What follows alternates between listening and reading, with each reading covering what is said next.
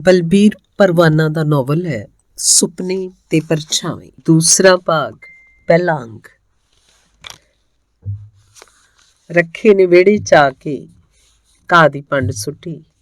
ਮੁੜਕੋ ਮੁੜਕੀ ਹੋਇਆ ਪਿਆ ਸੀ ਉਹ ਸਾਰੇ ਦਾ ਸਾਰਾ। ਕਮੀਜ਼ ਭਿੱਜ ਕੇ ਇੰਜ ਨਾਲ ਲੱਗੀ ਸੀ ਜਿਵੇਂ ਉਹ ਕੱਪੜਿਆਂ ਸਣੇ ਪਾਣੀ 'ਚ ਚੁੱਭੀ ਲਾ ਕੇ ਆਇਆ ਹੋਵੇ। ਗਰਮੀ ਨਾਲ ਹੌਂਕਦਿਆਂ ਉਸ ਕਮੀਜ਼ ਲਾ ਕੇ ਮੰਜੇ ਤੇ ਸੁੱਟੀ ਤੇ ਪੱਖੀ ਫੜ ਕੇ ਝੱਲ ਮਾਰਨ ਲੱਗਾ। ਕਿੰਨਾ ਹੀ ਚਿਰ ਉਹ ਝੱਲ ਮਾਰਦਾ ਰਿਹਾ। ਪਸੀਨਾ ਕੁਝ ਸੁੱਕਿਆ ਤਾਂ ਉਸ ਪੱਖੀ ਮੰਜੇ ਤੇ ਰੱਖ ਕੇ ਘਾਹ ਪਸ਼ੂਆਂ ਅੱਗੇ ਸੁੱਟਿਆ।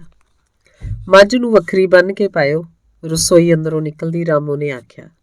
ਉਹਨੇ ਇੱਕ ਪਲ ਮੁੜ ਕੇ ਉਸ ਵੱਲ ਤੱਕਿਆ ਤੇ ਫਿਰ ਆਖਣ ਲੱਗਾ, ਹੁਣ ਤਾਂ ਪਾ ਦਿੱਤੇ ਆ।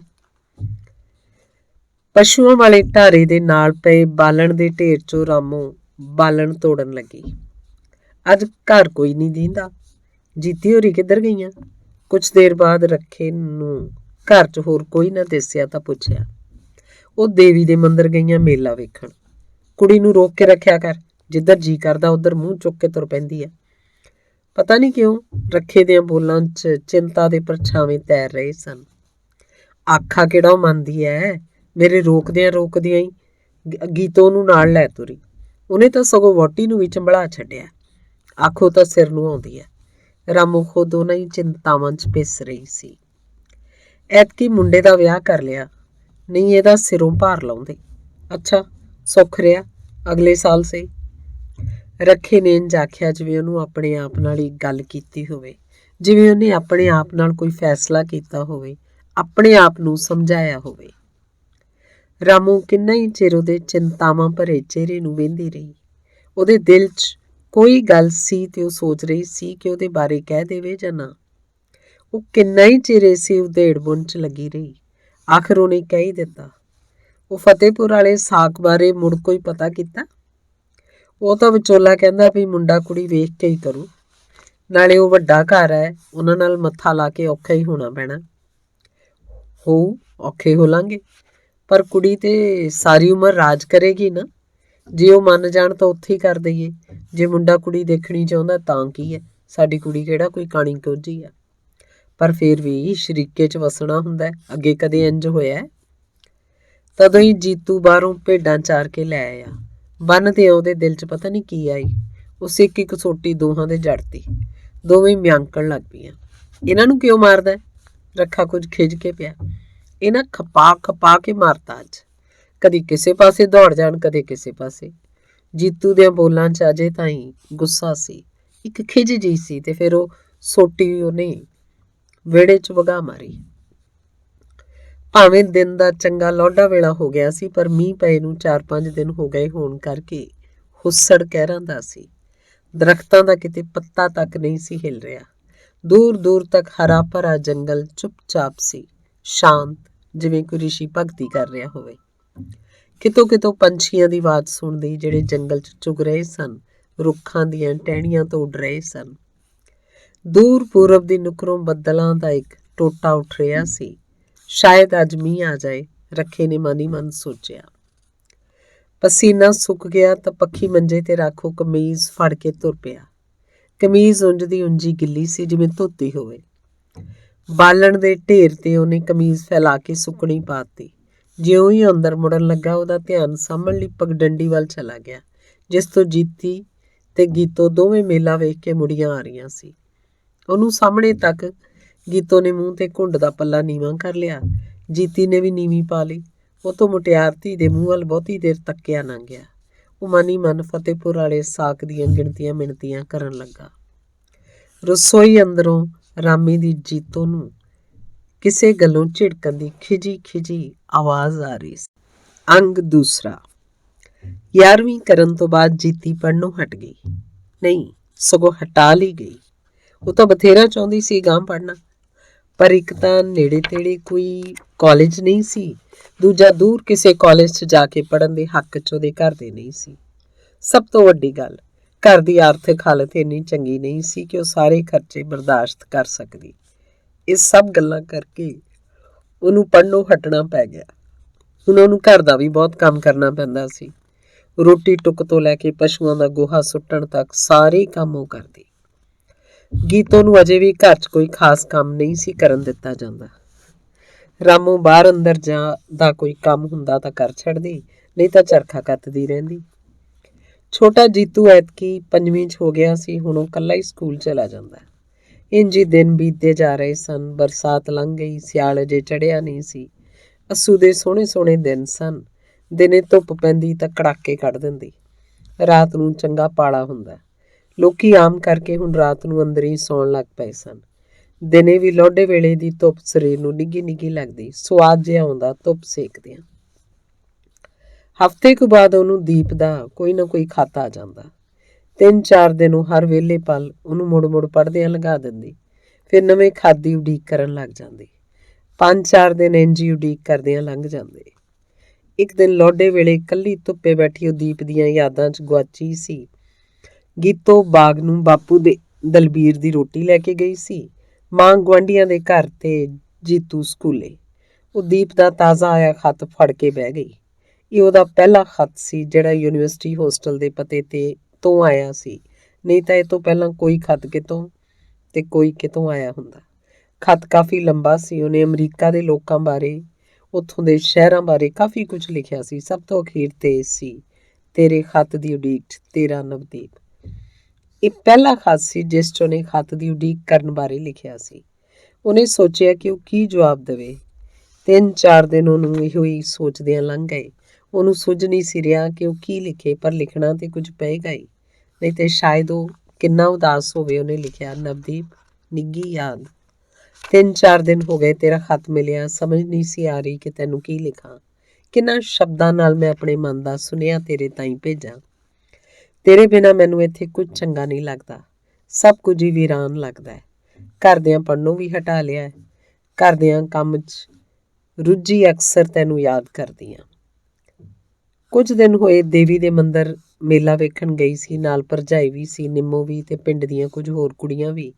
ਤੇ ਮੈਂ ਕਿੰਨਾ ਹੀ ਚਿਰ ਉਸ ਥਾਂ ਖੜੀ ਹੋ ਸਾਹਮਣੇ ਖੱਡ ਨੂੰ ਘੂਰਦੀ ਰਹੀ ਸੀ ਜਿੱਥੇ ਬਹਿ ਕੇ ਅਸੀਂ ਜ਼ਿੰਦਗੀ ਦੀਆਂ ਰਾਹਾਂ ਦੀ ਸਾਂਝ ਵਧਾਈ ਸੀ। ਉਸ ਦਿਨ ਸੋਚਿਆ ਸੀ ਕਾਸ਼ ਤੂੰ ਨਾਲ ਹੁੰਦਾ, ਤੇ ਇਸ ਪਲ ਮੈਂ ਸੋਚ ਰਹੀ ਹਾਂ ਕਾਸ਼ ਮੇਰੇ ਖੰਭ ਹੁੰਦੇ ਤੇ ਮੈਂ ਉੱਡ ਕੇ ਤੇਰੇ ਕੋਲ ਪਹੁੰਚ ਜਾਂਦੀ, ਭਾਵੇਂ ਇਸ ਲਈ ਮੈਨੂੰ ਕਿੰਨਾ ਵੀ ਮੁੱਲ ਕਿਉਂ ਨਾ ਤਾਰਨਾ ਪੈਂਦਾ। ਤੇਰੀਆਂ ਯਾਦਾਂ 'ਚ ਗੁਆਚੀ ਮਨਜੀਤ। ਕਾਗਜ਼ ਤੈਅ ਕਰਕੇ ਉਹਨੇ ਲਿਫਾਫੇ 'ਚ ਪਾਇਆ। ਅਜੇ ਉਹ ਪਤਾ ਲਿਖਣ ਹੀ ਲੱਗੀ ਸੀ, ਉੱਧਰੋਂ ਨਿੰਮੋ ਆ ਗਈ। ਅੜੀਏ ਤੂੰ ਵੀ ਏਦਾਂ ਚੰਦ ਹੋ ਗਈ, ਕਦੀ ਤਾਂ ਫੇਰਾ ਮਾਰ ਜਾਇਆ ਕਰ। ਜੀਤੀ ਨੇ ਲਿਫਾਫਾ ਇੱਕ ਪਾਸੇ ਰੱਖਤਾ ਤੇ ਸੋਚਾਂ ਨੂੰ ਵੀ ਇੱਕ ਪਾਸੇ ਕਰ ਉਹ ਸਾਰੀ ਦੀ ਸਾਰੀ ਮੁਸਕਰਾ ਪਈ। ਤੂੰ ਕਿਹੜਾ ਆਉਣੀ ਹੈ, ਤੈਥੋਂ ਨਹੀਂ ਆਇਆ ਜਾਂਦਾ। ਦੋਵੇਂ ਸਹੇਲੀਆਂ ਬੜੇ ਨਿੱਘ ਨਾਲ ਮਿਲੀਆਂ, ਇੰਝ ਜਿਵੇਂ ਵਰ੍ਹਿਆਂ ਪਿੱਛੋਂ ਮਿਲ ਰਹੀਆਂ ਹੋਣ, ਇੰਝ ਜਿਵੇਂ ਫੇਰ ਪਤਾ ਨਹੀਂ ਕਦੋਂ ਮਿਲਣਾ ਹੋਵੇ। ਸੂਰਜ ਦੂਰ ਪੱਛੋਂ ਵੱਲ ਡੂੰਘਾ ਲੈ ਗਿਆ ਸੀ। ਤਰਕਾਲਾਂ ਪੈ ਰਹੀਆਂ ਸਨ। ਪੰਛੀਆਂ ਨੇ ਵੀ ਆਪਣੇ ਘਰਾਂ ਵੱਲ ਮੋੜੇ ਪਾ ਦਿੱਤੇ ਸਨ। ਡਾਰਾਂ ਦੀਆਂ ਡਾਰਾਂ ਆਕਾਸ਼ 'ਚ ਉੱਡਦੀਆਂ ਜਾ ਰਹੀਆਂ ਸਨ। ਕਿਤੇ ਕਿਤੇ ਕੋਈ ਡਾਰੋਂ ਖਿੰਡਿਆ ਕੱਲਾ ਪੰਛੀ ਕਾਹਲੀ ਕਾਹਲੀ ਪਰ ਮਾਰਦਾ ਡਾਰ ਨਾਲ ਰਲਣ ਦੇ ਯਤਨ 'ਚ ਸੀ। ਦੂਰ ਹੇਠਾਂ ਵਾਦੀ ਵਿੱਚੋਂ ਵੀ ਲੋਕ ਆਪਣੇ ਘਰਾਂ ਨੂੰ ਮੁੜਨੇ ਸ਼ੁਰੂ ਹੋ ਗਏ। ਅੰਗ ਤੀਸਰਾ। ਅੱਸੂ ਦੇ ਕੁਝ ਦਿਨ ਰਹਿੰਦਿਆਂ ਗੀਤੋ ਪੇਕਿਆਂ ਨੂੰ ਤਿਆਰ ਹੋ ਪਈ। ਉਹਦੇ ਭਰਾ ਦਾ ਵਿਆਹ ਸੀ, ਦਲਬੀਰ ਵੀ ਨਾਲ ਚਲਾ ਗਿਆ। ਜੀਤੀ ਜੁੰਮੇ ਹੁਣ ਘਰ ਦਾ ਕੰਮ ਪਹਿਲਾਂ ਤੋਂ ਵੀ ਵੱਧ ਗਿਆ ਸੀ। ਅੱਗੇ ਗੀਤੋ ਜਿਹੜਾ ਮਾੜਾ ਮੋਟਾ ਕੰਮ ਕਰ ਲੈਂਦੀ ਸੀ, ਉਹ ਵੀ ਹੁਣ ਉਹਨੂੰ ਕਰਨਾ ਪੈਂਦਾ। ਤੜਕੇ ਪਹਿਰ ਰਾਤ ਰਹਿੰਦਿਆਂ ਹੀ ਉੱਠ ਪੈਂਦੀ। ਉਹਦਾ ਸਭ ਤੋਂ ਪਹਿਲਾ ਕੰਮ ਲਵੇਰੀਆਂ ਨੂੰ ਪੱਠੇ ਪਾਉਣਾ ਹੁੰਦਾ। ਪੱਠੇ ਪਾ ਕੇ ਉਹ ਲੱਸੀ ਕਰਨ ਲੱਗ ਪੈਂਦੀ। ਲੱਸੀ ਕਰਕੇ ਧਾਰਾਂ ਕੱਢਣੀਆਂ ਤੇ ਫਿਰ ਦੁੱਧ ਭੜੋਲੀ 'ਚ ਕੱਢਣ ਲਈ ਰੱਖ ਦੇਣਾ। ਤਦ ਤਾਈਂ ਪਹੁ ਫੁੱਟ ਪੈਂਦੀ। ਇੱਕਾ ਦੁੱਕਾ ਲੋਕ ਉੱਠਣੇ ਸ਼ੁਰੂ ਹੋ ਜਾਂਦੇ। ਕੁਝ ਸੂਰਜ ਦੀ ਲੋ ਲੱਗਦੀ ਤਾਂ ਉਹਦਾ ਬਾਪੂ ਵੀ ਉੱਠ ਪੈਂਦਾ ਸੀ। ਉਸ ਵਾਸਤੇ ਚਾਹ ਕਰ ਫਿਰ ਉਹ ਰੋਟੀ ਪਾਣੀ ਦੀ ਆਰ 'ਚ ਲੱਗ ਜਾਂਦੀ। ਧੁੱਪਾਂ ਚੰਗੀਆਂ ਚੜ੍ਹ ਆਉਂਦੀਆਂ ਸਨ। ਉਹ ਰੋਟੀ ਪਾਣੀ ਦੇ ਕੰਮ ਵੱਲੋਂ ਵਿਹਲੀ ਹੁੰਦੀ, ਫਿਰ ਦੁਪਹਿਰਾਂ ਦੀ ਰੋਟੀ ਪਕਾਉਣੀ ਤੇ ਤਰਕਾਲਾਂ ਦੀ ਰੋਟੀ ਪਾਣੀ ਦਾ ਕੰਮ ਮੁਕਾਉਂਦਿਆਂ ਉਹਨੂੰ ਚੋਖੀ ਰਾਤ ਲੰਘ ਜਾਂਦੀ। ਕਈ ਵਾਰ ਕਈ ਦਿਨ ਉਹਨੂੰ ਬਿਨ ਨਹਾਤੇ ਹੀ ਲੰਘ ਜਾਂਦੇ। ਇੱਕ ਤਰ੍ਹਾਂ ਸਾਰੀ ਦੀ ਸਾਰੀ ਕੰਮ 'ਚ ਉਲਝ ਕੇ ਰਹਿ ਗਈ ਸੀ ਉਹ। ਕਈ ਵਾਰੀ ਮੂੰਹ ਧੋਣਾ ਵੀ ਭੁੱਲ ਜਾਂਦਾ, ਪਰ ਤਾਂ ਵੀ ਉਹਦੇ ਸੁਹੱਪਣ 'ਚ ਕੋਈ ਫਰਕ ਨਾ ਆਇਆ।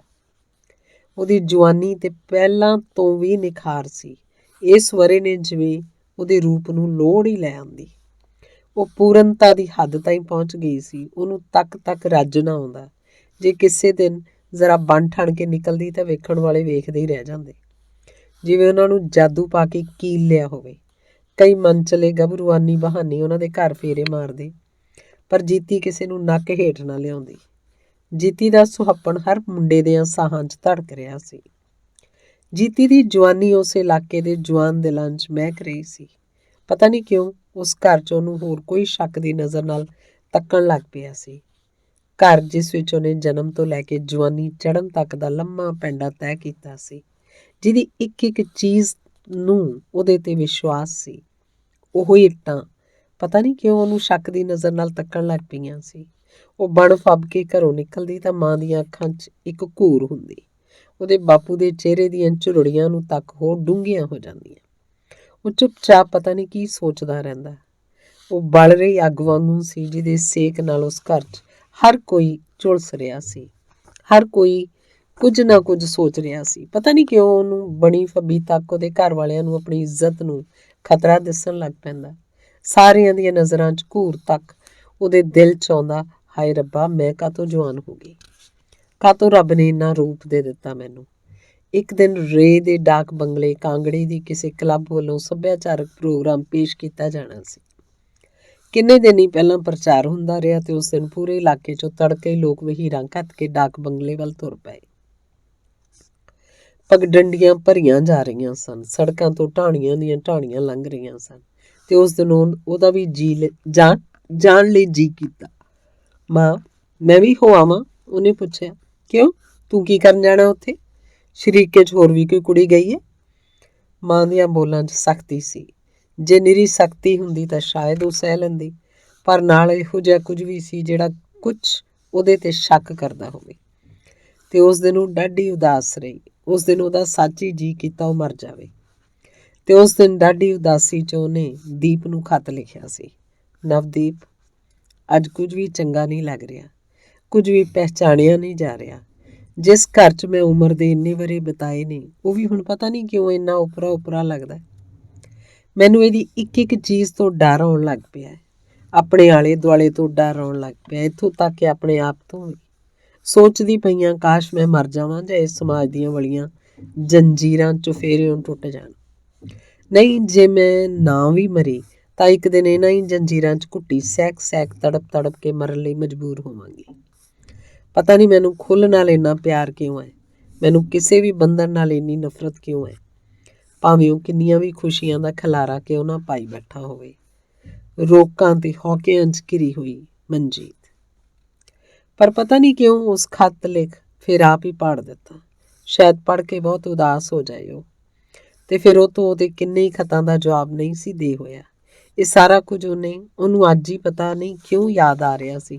ਪਤਾ ਨਹੀਂ ਕਿਉਂ ਇੰਨੀਆਂ ਕਸੈਲੀਆਂ ਯਾਦਾਂ ਉਹਨੂੰ ਅੱਜ ਆ ਰਹੀਆਂ ਸਨ। ਭਾਂਡੇ ਮਾਂਜਦੀ ਉਹ ਡਾਢੀ ਉਦਾਸ ਹੋ ਗਈ। ਉਹਦਾ ਜੀ ਕੀਤਾ ਉਹ ਇਸ ਸਾਰੇ ਕੁਝ ਤੋਂ ਦੂਰ ਚਲੀ ਜਾਵੇ, ਸਾਰਾ ਕੁਝ ਜਿਹੜਾ ਉਹਦਾ ਜਾਣਿਆ ਪਛਾਣਿਆ ਸੀ, ਜਿੱਥੇ ਰਸਮਾਂ ਜ਼ਿੰਦਗੀ ਲਈ ਨਹੀਂ ਸਗੋਂ ਜ਼ਿੰਦਗੀ ਰਸਮਾਂ ਲਈ ਬਣ ਗਈ ਹੈ, ਜਿੱਥੇ ਕੁਝ ਵੀ ਜਿਉਂਦਾ ਨਹੀਂ, ਕੁਝ ਵੀ ਆਪਣੇ ਆਪ 'ਚ ਪੂਰਨ ਖੁੱਲ੍ਹ ਤੱਕ ਨਹੀਂ ਸੀ। ਸਾਰਾ ਕੁਝ ਦਾਇਰਿਆਂ 'ਚ ਬੱਝਿਆ ਹੋਇਆ, ਕੁਝ ਰਸਮਾਂ 'ਚ ਲਿਪਟਿਆ ਹੋਇਆ, ਤੇ ਉੱਥੇ ਚਲੀ ਜਾਵੇ ਜਿੱਥੇ ਜ਼ਿੰਦਗੀ ਜਿਉਣ ਲਈ ਹੋਵੇ, ਜਿੱਥੇ ਰਸਮਾਂ ਜ਼ਿੰਦਗੀ ਲਈ ਹੋਣ, ਨਾ ਕਿ ਜ਼ਿੰਦਗੀ ਰਸਮਾਂ ਲਈ। ਭਾਂਡੇ ਮਾਂਜਣੇ ਤਾਂ ਇੱਕ ਤਰ੍ਹਾਂ ਉਹਨੂੰ ਭੁੱਲ ਹੀ ਚੁੱਕੇ ਸਨ। ਸੋਚਾਂ ਦਾ ਪੈਂਡਾ ਗਾਉਂਦਿਆਂ ਉਹ ਸੁਪਨਿਆਂ ਦੇ ਦੇਸ਼ ਘੁੰਮਦੀ ਰਹੀ। ਸੁਪਨੇ ਜਿਹੜੇ ਆਂਦੇ ਆ ਕਦੀ ਸੱਚ ਨਹੀਂ ਹੁੰਦੇ। ਸੁਪਨੇ ਜਿਹੜੇ ਆਂਦੇ ਆ ਸਾਡੀਆਂ ਅਤ੍ਰਿਪਤ ਭਾਵਨਾਵਾਂ ਦਾ ਪ੍ਰਗਟਾਵਾ ਕਰਦੇ ਨੇ ਤੇ ਜਾਂ ਬੀਤ ਚੁੱਕੀ ਜ਼ਿੰਦਗੀ ਦੇ ਪ੍ਰਭਾਵਾਂ 'ਚ ਉਪਜੇ। ਜੀਤੀਏ, ਤੈਥੋਂ ਭਾਂਡੇ ਨਹੀਂ ਮਾਂਜ ਹੋਏ ਅਜੇ ਤਾਈਂ, ਕਰਦੀ ਲੱਗੀ ਆ ਤੂੰ? ਮਾਂ ਦੀਆਂ ਬੋਲਾਂ ਨਾਲ ਉਹਦਾ ਆਪਾ ਝੰਜੋੜਿਆ ਗਿਆ। ਉਹ ਸਾਰੀ ਦੀ ਸਾਰੀ ਝੰਜੋੜੀ ਗਈ। ਆਪਾ ਕੁਝ ਸੁਚੇਤ ਕੀਤਾ ਉਹਦੀਆਂ ਸੋਚਾਂ ਸੁਪਨਿਆਂ ਦੇ ਦੇਸ਼ 'ਚੋਂ ਪਰਤ ਆਈਆਂ। ਸੂਰਜ ਦੀਆਂ ਧੁੱਪਾਂ ਕਿੱਡੀਆਂ ਚੜ੍ਹ ਆਈਆਂ ਸਨ। ਚੰਗਾ ਛਾਹ ਵੇਲਾ ਹੋ ਗਿਆ ਸੀ। ਵਿਹੜੇ 'ਚ ਚਿੜੀਆਂ ਚਹਿਕਦੀਆਂ ਉੱਡ ਰਹੀਆਂ ਸਨ। ਕੋਠੇ 'ਤੇ ਬਨੇਰੇ 'ਤੇ ਬੈਠਾ ਇੱਕ ਕਾਂ ਕਿੰਨੇ ਚਿਰ ਤੋਂ ਬੋਲ ਰਿਹਾ ਸੀ। ਅੱਜ ਪਤਾ ਨਹੀਂ ਕੌਣ ਆਵੇ, ਉਹਦੇ ਦਿਲ 'ਚ ਖਿਆਲ ਆਇਆ। ਆਂਦੇ ਆ ਜਦੋਂ ਬਨੇਰੇ 'ਤੇ ਕਾਂ ਬੋਲੇ ਉਦੋਂ ਕੋਈ ਨਾ ਕੋਈ ਪ੍ਰਾਹੁਣਾ ਆ ਜਾਂਦਾ, ਕੋਈ ਉਹ ਜਿਹੜਾ ਬੜਾ ਹੀ ਪਿਆਰਾ ਹੋਵੇ। ਤੇ ਅੱਜ ਭਲਾ ਕੌਣ ਆਏਗਾ? ਉਹ ਕਿੰਨਾ ਚਿਰ ਸੋਚਦੀ ਰਹੀ। ਜੀਤੂ ਨੇ ਭੇਡਾਂ ਛੱਡ ਲਈਆਂ। ਅੱਜ ਐਤਵਾਰ ਦੀ ਛੁੱਟੀ ਸੀ। ਹਰ ਛੁੱਟੀ ਵਾਲੇ ਦਿਨ ਉਹ ਉਸ ਜੁੰਮੇ ਭੇਡਾਂ ਨੂੰ ਚਾਰ ਕੇ ਲਿਆਉਣ ਦਾ ਕੰਮ ਹੁੰਦਾ। ਉਹ ਵੀ ਇਸ 'ਚ ਖੁਸ਼ ਰਹਿੰਦਾ ਸੀ। ਇਸ ਨਾਲ ਉਹਨੂੰ ਸਾਰੀ ਦਿਹਾੜੀ ਹਾਣੀਆਂ ਨਾਲ ਬਿਨਾਂ ਰੋਕ ਟੋਕ ਦੇ ਖੇਡਣ ਦਾ ਮੌਕਾ ਮਿਲ ਜਾਂਦਾ। ਜੰਗਲਾਂ ਦੀਆਂ ਝਾੜੀਆਂ 'ਚ ਭੇਡਾਂ ਚਾਰਦੇ ਉਹ ਤੇ ਉਹਦੇ ਹਾਣੀ ਖੇਡਦੇ ਰਹਿੰਦੇ। ਬੇਰ ਤੋੜ ਤੋੜ ਖਾਂਦੇ ਰਹਿੰਦੇ, ਪੀਲੂ ਖਾਂਦੇ ਤੇ ਰੁੱਖਾਂ ਤੇ ਚੜ੍ਹ ਚੂਣ ਛੁਆਈ ਵੀ ਖੇਡਦੇ। ਭਾਂਡੇ ਮਾਂਜ ਕੇ ਉਹ ਵੀ ਉੱਠ ਪਈ। ਮੂੰਹ ਹੱਥ ਧੋਂਦਿਆਂ ਲਾਗੇ ਵਿਹੜੇ 'ਚ ਚਰਖਾ ਕੱਤਦੀ ਮਾਂ ਨੂੰ ਪੁੱਛਿਆ, ਮਾਂ ਨਿੰਮੋ ਹੋਰਾਂ ਦੇ ਘਰ ਵੱਲ ਹੋ ਆਵਾਂ? ਹੋਆ, ਪਰ ਆ ਛੇਤੀ ਜਾਈ, ਉੱਥੇ ਜਾ ਕੇ ਹੀ ਨਾ ਤਕਾਲਾਂ ਤਾਈਂ ਬੈਠੀ ਰਹੀ। ਚਰਖਾ ਰੋਕ ਕਿੰਨਾ ਹੀ ਚਿਰ ਰਾਮੋ ਉਹਦੇ ਮੂੰਹ ਵੱਲ ਤੱਕਦੀ ਰਹੀ। ਅੰਦਰ ਆ ਉਸ ਆਦਮ ਕੱਦ ਸ਼ੀਸ਼ੇ 'ਚੋਂ ਆਪਣੇ ਆਪ ਨੂੰ ਤੱਕਿਆ। ਉਹਨੂੰ ਆਪਣਾ ਆਪਾ ਡਾਢਾ ਹੀ ਸੋਹਣਾ ਲੱਗਾ। ਅੱਜ ਕਿੰਨੇ ਹੀ ਦਿਨਾਂ ਬਾਅਦ ਉਹਨੇ ਸ਼ੀਸ਼ੇ 'ਚ ਆਪਾ ਸਵਾਰ ਕੇ ਤੱਕਿਆ ਸੀ। ਡਾਢੇ ਹੀ ਸਵਾਰ ਕੇ ਉਹਨੇ ਵਾਲ ਵਾਹੇ।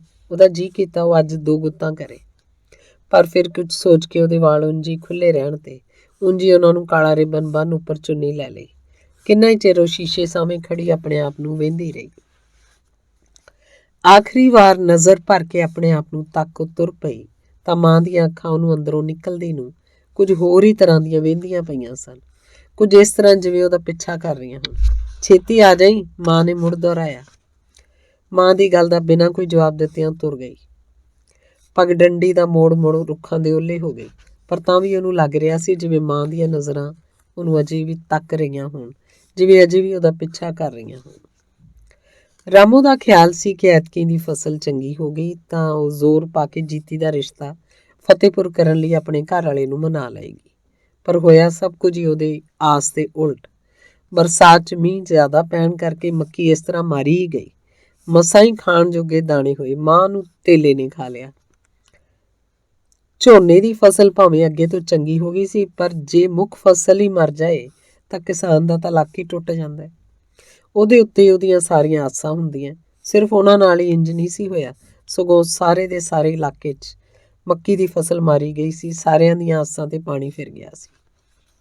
ਮਾਰੀ ਗਈ ਫਸਲ ਦੀ ਸੱਟ ਜਰ ਕੇ ਹਾਲੀਆਂ ਨੇ ਮੁੜ ਅਗਲੀ ਫਸਲ ਲਈ ਪੈਲੀਆਂ ਵਾਹੁਣੀਆਂ ਸ਼ੁਰੂ ਕਰਤੀਆਂ। ਧਰਤੀ ਦੀ ਹਿੱਕ ਫੋਲਣੀ ਸ਼ੁਰੂ ਕਰਤੀ। ਪਿਛਲੀ ਫਸਲ ਦੀ ਕਸਰ ਪੂਰੀ ਕਰਨ ਲਈ ਲੋਕਾਂ ਨੇ ਕਣਕਾਂ ਐਤਕਾਂ ਪਹਿਲਾਂ ਤੋਂ ਵੀ ਜ਼ਿਆਦਾ ਮਿਹਨਤ ਨਾਲ ਬੀਜੀਆਂ, ਪਹਿਲਾਂ ਤੋਂ ਵੀ ਜ਼ਿਆਦਾ ਖਾਦ ਪਾਈ। ਸਾਰੀ ਦੀ ਸਾਰੀ ਵਾਦੀ ਉਗਦੀਆਂ ਕਣਕਾਂ ਦੀ ਹਰਿਆਵਲ ਨਾਲ ਭਰ ਗਈ। ਨਵੰਬਰ ਦੇ ਅਖੀਰ ਜਿਹੇ 'ਚ ਆ ਕੇ ਇੱਕ ਮੀਂਹ ਪੈ ਗਿਆ। ਕਣਕਾਂ ਨੂੰ ਗਿੱਠ ਗਿੱਠ ਵਾਰ ਆਉਂਦਾ ਨਿੱਤ ਦਾ। ਮਾਰੋ ਮਾਰ ਕਰਦੀਆਂ ਜਵਾਨੀ ਦੀ ਰੁੱਤ ਵੱਲ ਪੈਰ ਵਧਾ ਰਹੀਆਂ ਸੀ। ਇਸ ਵਾਰ ਸਿਆਲ 'ਚ ਡਾਢੀ ਠੰਡ ਪਈ। ਕਦੀ ਕਦੀ ਤਾਂ ਸਾਰਾ ਹੀ ਦਿਨ ਧੁੰਦ ਪਸਰੀ ਰਹਿੰਦੀ। ਧੁੰਦ ਦੇ ਸੰਘਣੇ ਬੱਦਲਾਂ ਨੂੰ ਪਾਰ ਕਰਕੇ ਧੁੱਪ ਦੀ ਕੋਈ ਵੀ ਕਿਰਨ ਧਰਤੀ ਤਾਈਂ ਨਾ ਪੁੱਜਦੀ। ਵਾਦੀ ਧੁੰਦ ਦਿਆਂ ਬੱਦਲਾਂ ਨਾਲ ਭਰੀ ਰਹਿੰਦੀ। ਜੰਗਲ ਦੇ ਰੁੱਖ ਧੁੰਦ 'ਚ ਘਿਰੇ ਰਹਿੰਦੇ। ਸਾਰੀ ਦਿਹਾੜੀ ਲੋਕ ਪਾਲੇ ਨਾਲ ਕੰਬਦੇ ਰਹਿੰਦੇ। ਠੰਡ ਨੇ ਪਸ਼ੂਆਂ ਦਾ ਵੀ ਸਤਿਆਨਾਸ਼ ਕਰ ਮਾਰਿਆ। ਪਿੰਜਰ ਨਿਕਲ ਆਏ ਸਨ ਉਹਨਾਂ ਦੇ। ਹੁਣ ਵਾਦੀ 'ਚੋਂ ਕੋਇਲ ਦੀ ਹੂਕ ਨਾ ਸੁਣਦੀ, ਕਿਧਰੋਂ ਮੋਰ ਦੇ ਬੋਲ ਨਾ ਸੁਣਦੇ। ਚਹਿਕ ਦੀਆਂ ਚਿੜੀਆਂ ਦੀਆਂ ਡਾਰਾਂ ਅਸਮਾਨ 'ਚ ਘੁੰਮਦੀਆਂ ਨਜ਼ਰ ਨਾ ਆਉਂਦੀਆਂ। ਠੰਡ ਨਾਲ ਜਿਵੇਂ ਸਾਰਾ ਕੁਝ ਹੀ ਜੰਮ ਕੇ ਰਹਿ ਗਿਆ ਸੀ। ਰੁੱਖਾਂ ਦੇ ਪੱਤੇ ਝੜ ਗਏ ਸਨ। ਡਾਲਾਂ ਪੱਤਿਆਂ ਤੋਂ ਬਿਨਾਂ ਸਖੜੀਆਂ ਹੋ ਗਈਆਂ।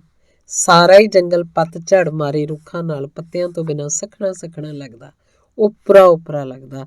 ਰੁੰਡ ਮੁੰਡ ਹੋਈਆਂ ਡਾਲਾਂ ਤੇ ਬੈਠ ਹੁਣ ਕੋਈ ਬੁਲਬੁਲ ਨਹੀਂ ਸੀ ਗਾਉਂਦੀ, ਕੋਈ ਘੁੱਗੀ ਨਹੀਂ ਸੀ ਆਪਣੀ ਸੁਰੀਲੀ ਹੇਕ ਨਾਲ ਪਗਡੰਡੀਆਂ ਤੇ ਤੁਰੇ ਰਾਹੀਆਂ ਦਾ ਦਿਲ ਮੋਹੰਦੀ। ਇੰਝ ਹੀ ਰੁੱਖੇ ਰੁੱਖੇ ਬੇਹਰਕਤ ਜਿਹੇ ਪਤਝੜ ਮਾਰੇ ਦਿਨ ਬੀਤਦੇ ਜਾ ਰਹੇ ਸਨ। ਸਿਆਲ ਲੰਘਦਾ ਜਾ ਰਿਹਾ ਸੀ। ਵਿਚੋਲੇ ਦੇ ਫੇਰੇ ਜੀਤੀ ਹੋਰਾਂ ਦੇ ਘਰ ਵੱਧ ਗਏ ਸਨ। ਸਲਾਹਾਂ ਪੱਕੀਆਂ ਹੋਣ ਲੱਗ ਪਈਆਂ, ਪਰ ਜੀਤੀ ਬੇਖਬਰ ਸੀ। ਜੀਤੀ ਨੇ ਸੁਪਨੇ 'ਚ ਵੀ ਇਹ ਨਹੀਂ ਸੀ ਸੋਚਿਆ ਕਿ ਉਹਨੂੰ ਕਿਸੇ ਪੁੱਛਿਆ ਤੱਕ ਨਾ, ਉਸ ਨਾਲ ਕੋਈ ਗੱਲ ਵੀ ਸਾਂਝੀ ਨਾ ਕੀਤੀ। ਹਾਂ, ਤੇ ਉਹਦਾ ਵਿਆਹ ਹੋਣਾ ਸੀ। ਜਨਵਰੀ ਦੇ ਅੱਧ ਕੁ 'ਚ ਤਾਂ ਠੰਡ ਬੇਹੱਦ ਹੀ ਵੱਧ ਗਈ। ਸਾਰਾ ਹੀ ਦਿਨ ਕੋਰਾ ਜੰਮਿਆ ਰਹਿੰਦਾ, ਧੁੰਦ ਪਸਰੀ ਰਹਿੰਦੀ। ਆਂਦੇ ਆ ਇੰਨੀ ਧੁੰਦ ਪਹਿਲਾਂ ਉਸ ਵਾਦੀ 'ਚ ਕਦੀ ਨਹੀਂ ਸੀ ਪਈ। ਜੀਤੀਏ ਇੱਕ ਗੱਲ ਦੱਸਾਂ, ਇੱਕ ਦਿਨ ਗੀਤੋ ਨੇ ਉਹਨੂੰ ਆਖਿਆ। ਦੋਵੇਂ ਅੰਦਰ ਬੈਠੀਆਂ ਸਨ। ਗੀਤੋ ਸਵੈਟਰ ਬੁਣ ਰਹੀ ਸੀ ਤੇ ਜੀਤੀ ਉਂਝੀ ਕੰਬਲ ਦੀ ਬੁੱਕਲ ਮਾਰੀ ਲਾਗੇ ਬੈਠੀ ਸੀ। ਮਾਂ ਰਸੋਈ 'ਚ ਸੀ, ਦੁਪਹਿਰਾਂ ਦੀਆਂ ਰੋਟੀਆਂ ਪਕਾਉਂਦੀ। ਦੱਸ, ਜੀਤੀ ਉਹਦੇ ਸਵੈਟਰ ਬੁਣਦੇ ਹੱਥਾਂ ਵੱਲ ਤੱਕਣੋਂ ਹਟ ਉਹਦੇ ਮੂੰਹ ਵੱਲ ਤੱਕਣ ਲੱਗ ਪਈ। ਤੇਰੇ ਵਿਆਹ ਦੀਆਂ ਘਰ 'ਚ ਸਲਾਹਾਂ ਹੋਣ ਡਈਆਂ। ਗੀਤੋ ਨੇ ਬੁਣਦੇ ਹੱਥ ਰੋਕ ਲਏ। ਦੋਵੇਂ ਇੱਕ ਦੂਜੇ ਦੀਆਂ ਅੱਖਾਂ 'ਚ ਤੱਕ ਰਹੀਆਂ ਸਨ। ਇੱਕ ਆਪਣੀ ਗੱਲ ਦਾ ਪ੍ਰਤੀਕਰਮ ਜਾਣਨ ਲਈ ਉਹਨੂੰ ਤੱਕ ਰਹੀ ਸੀ ਤੇ ਦੂਜੀ ਸੋਚ ਰਹੀ ਸੀ ਕਿ ਕਿਤੇ ਉਹਨੇ ਮਖੌਲ ਤਾਂ ਨਹੀਂ ਕੀਤਾ, ਕਿਤੇ ਉਸ ਨਾਲ ਉਹਨੇ ਝੂਠ ਤਾਂ ਨਹੀਂ ਸੀ ਮਾਰਿਆ। ਉਹਦੇ ਮੂੰਹ ਤੋਂ ਕਿਸੇ ਸ਼ਰਾਰਤ ਦੇ ਨਕਸ਼ ਪੜਨ ਦੇ ਯਤਨਾਂ 'ਚ ਇੱਕ ਟੱਕ ਹੀ ਉਹਦੀਆਂ ਅੱਖਾਂ 'ਚ ਵਿੰਹਦੀ ਰਹੀ, ਪਰ ਉਹਨੂੰ ਉਹਦੇ ਮੂੰਹ ਤੋਂ ਕੁਝ ਵੀ ਅਜਿਹਾ ਨਾ ਦਿਸਿਆ ਜਿਹੜਾ ਝੂਠ ਹੋਵੇ, ਜਿਹੜਾ ਕੁਝ ਸ਼ਰਾਰਤ ਨਾਲ ਕਹਿ ਰਿਹਾ ਹੋਵੇ। ਸੱਚ ਭਾਬੀ? ਜੀਤੀ ਸਾਰੀ ਦੀ ਸਾਰੀ ਬੇਹੱਦ ਸੰਜੀਦਾ ਹੋ ਗਈ। ਉਹਦੇ ਮੂੰਹ ਨੂੰ ਕਿੰਨਾ ਹੀ ਚਿਰ ਪੜਨ ਤੋਂ ਬਾਅਦ ਅਜੇ ਵੀ ਉਹਨੂੰ ਲੱਗ ਰਿਹਾ ਸੀ ਜਿਵੇਂ ਉਸ ਨਾਲ ਝੂਠ ਬੋਲ ਰਹੀ ਹੋਵੇ। ਹਾਂ ਸੱਚ, ਪਰ ਕਿੱਥੇ? ਫਤਿਹਪੁਰ ਤੋਂ ਆ ਕੋਈ ਮੁੰਡਾ, ਅਜੇ ਹੁਣੇ ਪੜ੍ਹ ਕੇ ਇੰਜੀਨੀਅਰ ਲੱਗਾ। ਜੋ ਕੁਝ ਗੀਤੋ ਨੂੰ ਪਤਾ ਸੀ ਉਹਨੂੰ ਦੱਸਦਾ। ਉਹ ਸਾਰਾ ਕੁਝ ਜਿਹੜਾ ਉਸ ਲਈ ਉਸ ਘਰ 'ਚ ਹੋ ਰਿਹਾ ਸੀ, ਜਿਹਦੀਆਂ ਉਸ ਘਰ 'ਚ ਵਿਉਂਤਾਂ ਸੋਚੀਆਂ ਜਾ ਰਹੀਆਂ ਸਨ। ਸੁਣ ਕੇ ਉਹ ਡਾਢੀ ਉਦਾਸ ਹੋ ਗਈ। ਪਤਾ ਨਹੀਂ ਕਿਉਂ ਚਾਹੁੰਦਿਆਂ ਵੀ ਉਹਨੂੰ ਰੋਣ ਨਾ ਆਇਆ। ਹੰਝੂ ਉਹਦੀਆਂ ਅੱਖਾਂ 'ਚੋਂ ਨਾ ਨਿਕਲੇ।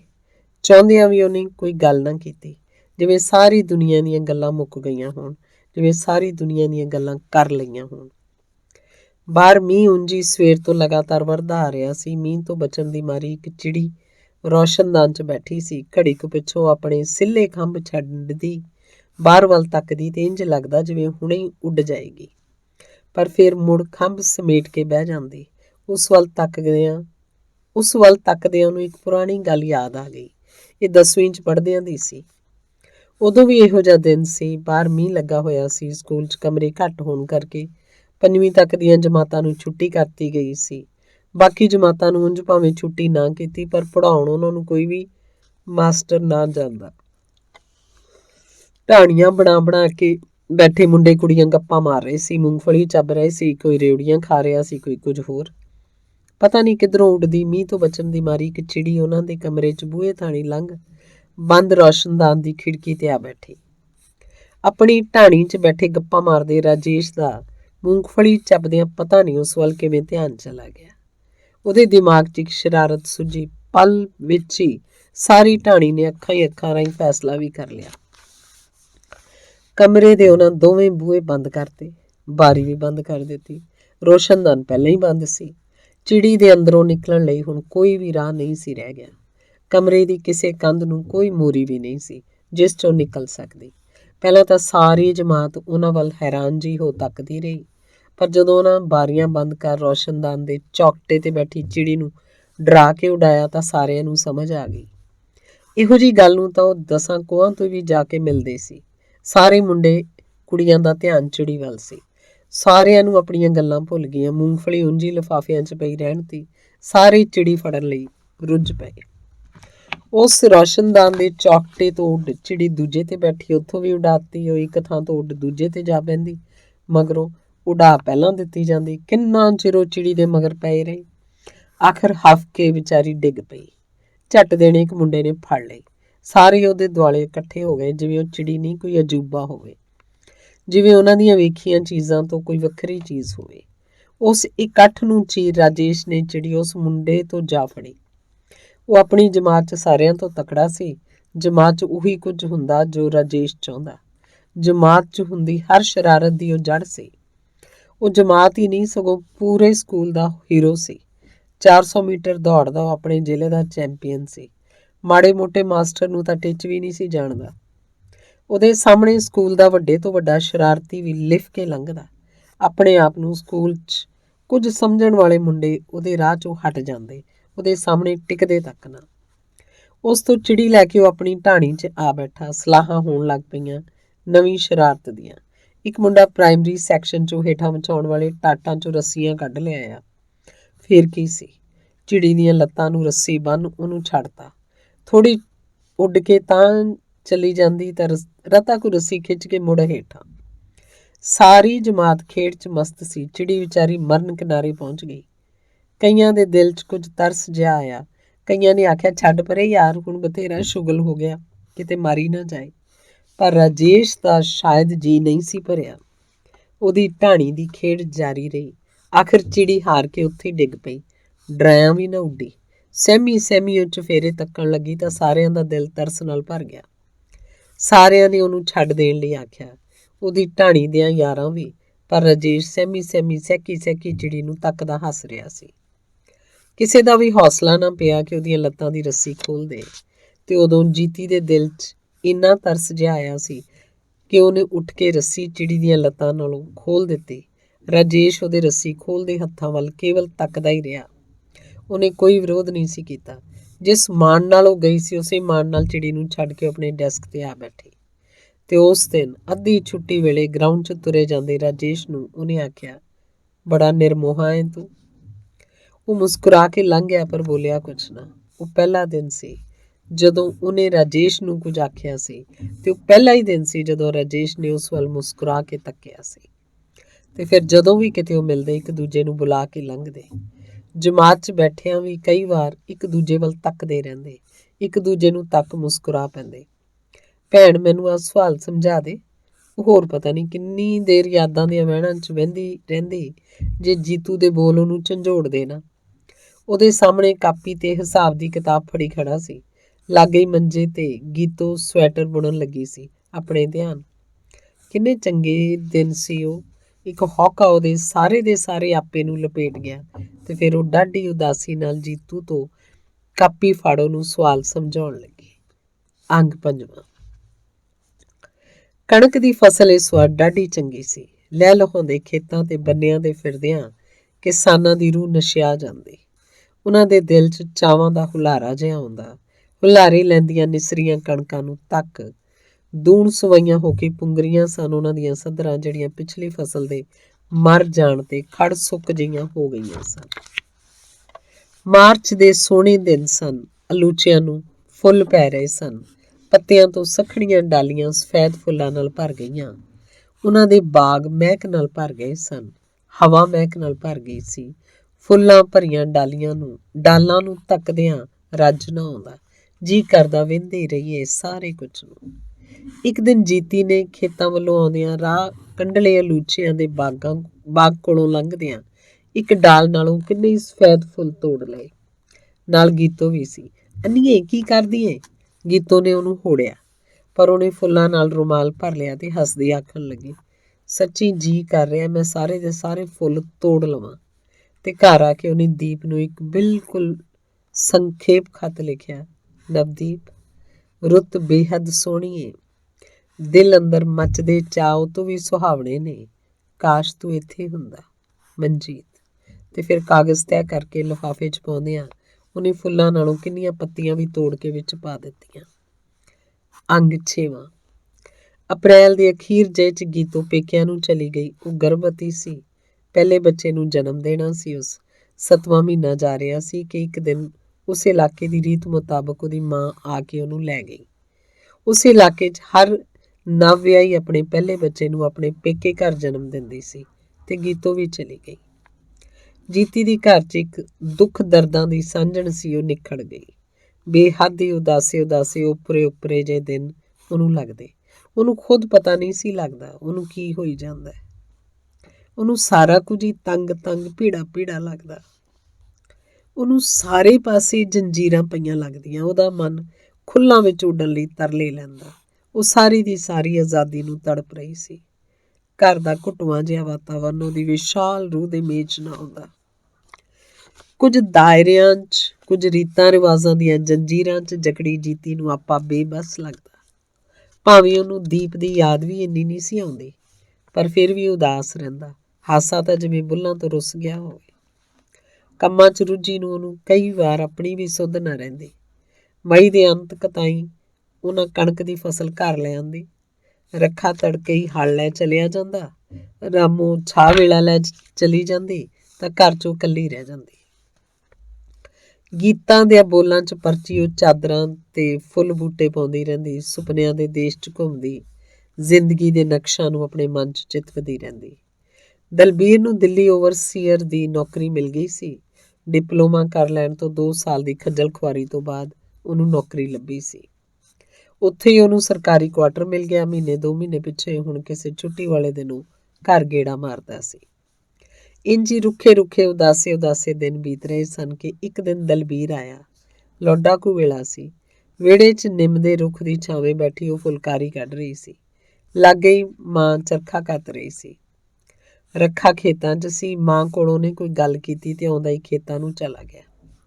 1.5 ਕੁ ਘੰਟੇ ਬਾਅਦ ਉਹ ਖੇਤਾਂ ਤੋਂ ਮੁੜਿਆ ਤੇ ਆ ਕੇ ਰੋਟੀ ਖਾਣ ਲੱਗਾ। ਉਹਨੂੰ ਰੋਟੀ ਪਾ ਕੇ ਉਹ ਮੁੜ ਨਿੰਮ ਹੇਠ ਆ ਬੈਠੀ। ਰੋਟੀ ਖਾਂਦਿਆਂ ਅੰਦਰ ਮਾਂ ਨਾਲ ਗੱਲਾਂ ਕਰਦਾ ਰਿਹਾ ਤੇ ਫਿਰ ਚਲਾ ਗਿਆ। ਵੀਰ ਇੰਨੀ ਛੇਤੀ ਚੱਲਿਆ? ਉਹ ਬੈਗ ਫੜ ਤੁਰਨ ਲੱਗਾ ਤਾਂ ਉਹਨੇ ਆਖਿਆ, ਹਾਂ ਜ਼ਰੂਰੀ ਕੰਮ ਸੀ, ਤੇ ਕੁਝ ਵੀ ਹੋਰ ਆਖੇ ਬਿਨਾਂ ਉਹ ਤੁਰ ਗਿਆ। ਉਹਦੀ ਇੰਨੀ ਛੇਤੀ ਮੁੜ ਜਾਣ ਤੇ ਉਹ ਹੈਰਾਨ ਹੋਈ। ਆਇਆ ਵੀ ਤੇ ਚਲਾ ਵੀ ਗਿਆ। ਕੋਈ ਡਾਢਾ ਹੀ ਜ਼ਰੂਰੀ ਕੰਮ ਹੋਣਾ, ਨਹੀਂ ਤੇ ਐਡੀ ਦੂਰੋਂ ਸਫ਼ਰ ਕਰਨ ਦੀ ਲੋੜ ਕੀ ਸੀ? ਮਾਂ, ਕੀ ਕੰਮ ਸੀ ਐਡਾ ਜ਼ਰੂਰੀ? ਵੀਰ ਐਡੀ ਛੇਤੀ ਚਲਾ ਗਿਆ। ਕੁਝ ਇਹੋ ਜਿਹਾ ਹੀ ਕੰਮ ਸੀ। ਮਾਂ ਉਸ ਵੱਲ ਤੱਕ ਕਿੰਨੀ ਦੇਰ ਮੁਸਕਰਾਉਂਦੀ ਰਹੀ। ਮਾਂ ਦੀਆਂ ਹੱਸਦੀਆਂ ਅੱਖਾਂ ਦਾ ਉਹ ਸਾਹਮਣਾ ਨਾ ਕਰ ਹੋਇਆ। ਮਾਂ ਦੀਆਂ ਹੱਸਦੀਆਂ ਅੱਖਾਂ ਦਾ ਉਹ ਤੋਂ ਸਾਹਮਣਾ ਨਾ ਕਰ ਹੋਇਆ। ਪਤਾ ਨਹੀਂ ਕੀ ਸੀ ਉਹਦੀ ਤੱਕਣੀ 'ਚ। ਉਹਨੂੰ ਉਹ ਕੁਝ ਕਹਿ ਰਹੀਆਂ ਲੱਗਦੀਆਂ ਸਨ ਤੇ ਉਹ ਨੀਵੀਂ ਪਾ ਕੇ ਮੁੜ ਫੁਲਕਾਰੀ ਕੱਢਣ ਲੱਗ ਪਈ। ਪਰ ਸੋਚਾਂ ਨੇ ਉਹਦਾ ਪਿੱਛਾ ਨਾ ਛੱਡਿਆ।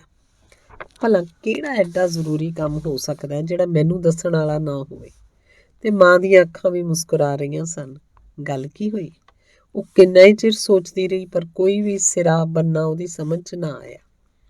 ਜਿੰਨਾ ਉਹ ਜ਼ਿਆਦਾ ਸੋਚਦੀ, ਉਨੀਆਂ ਹੀ ਸੋਚਾਂ ਜ਼ਿਆਦਾ ਉਲਝਦੀਆਂ ਜਾਂਦੀਆਂ ਸੀ। ਮੈਨੂੰ ਕੀ, ਕੋਈ ਕੰਮ ਹੋਊਗਾ। ਆਪਣੇ ਮਨ ਨੂੰ ਆਖ ਉਹਨੇ ਸੋਚਾਂ ਤੋਂ ਪਿੱਛਾ ਛੁਡਾਉਣਾ ਚਾਹਿਆ।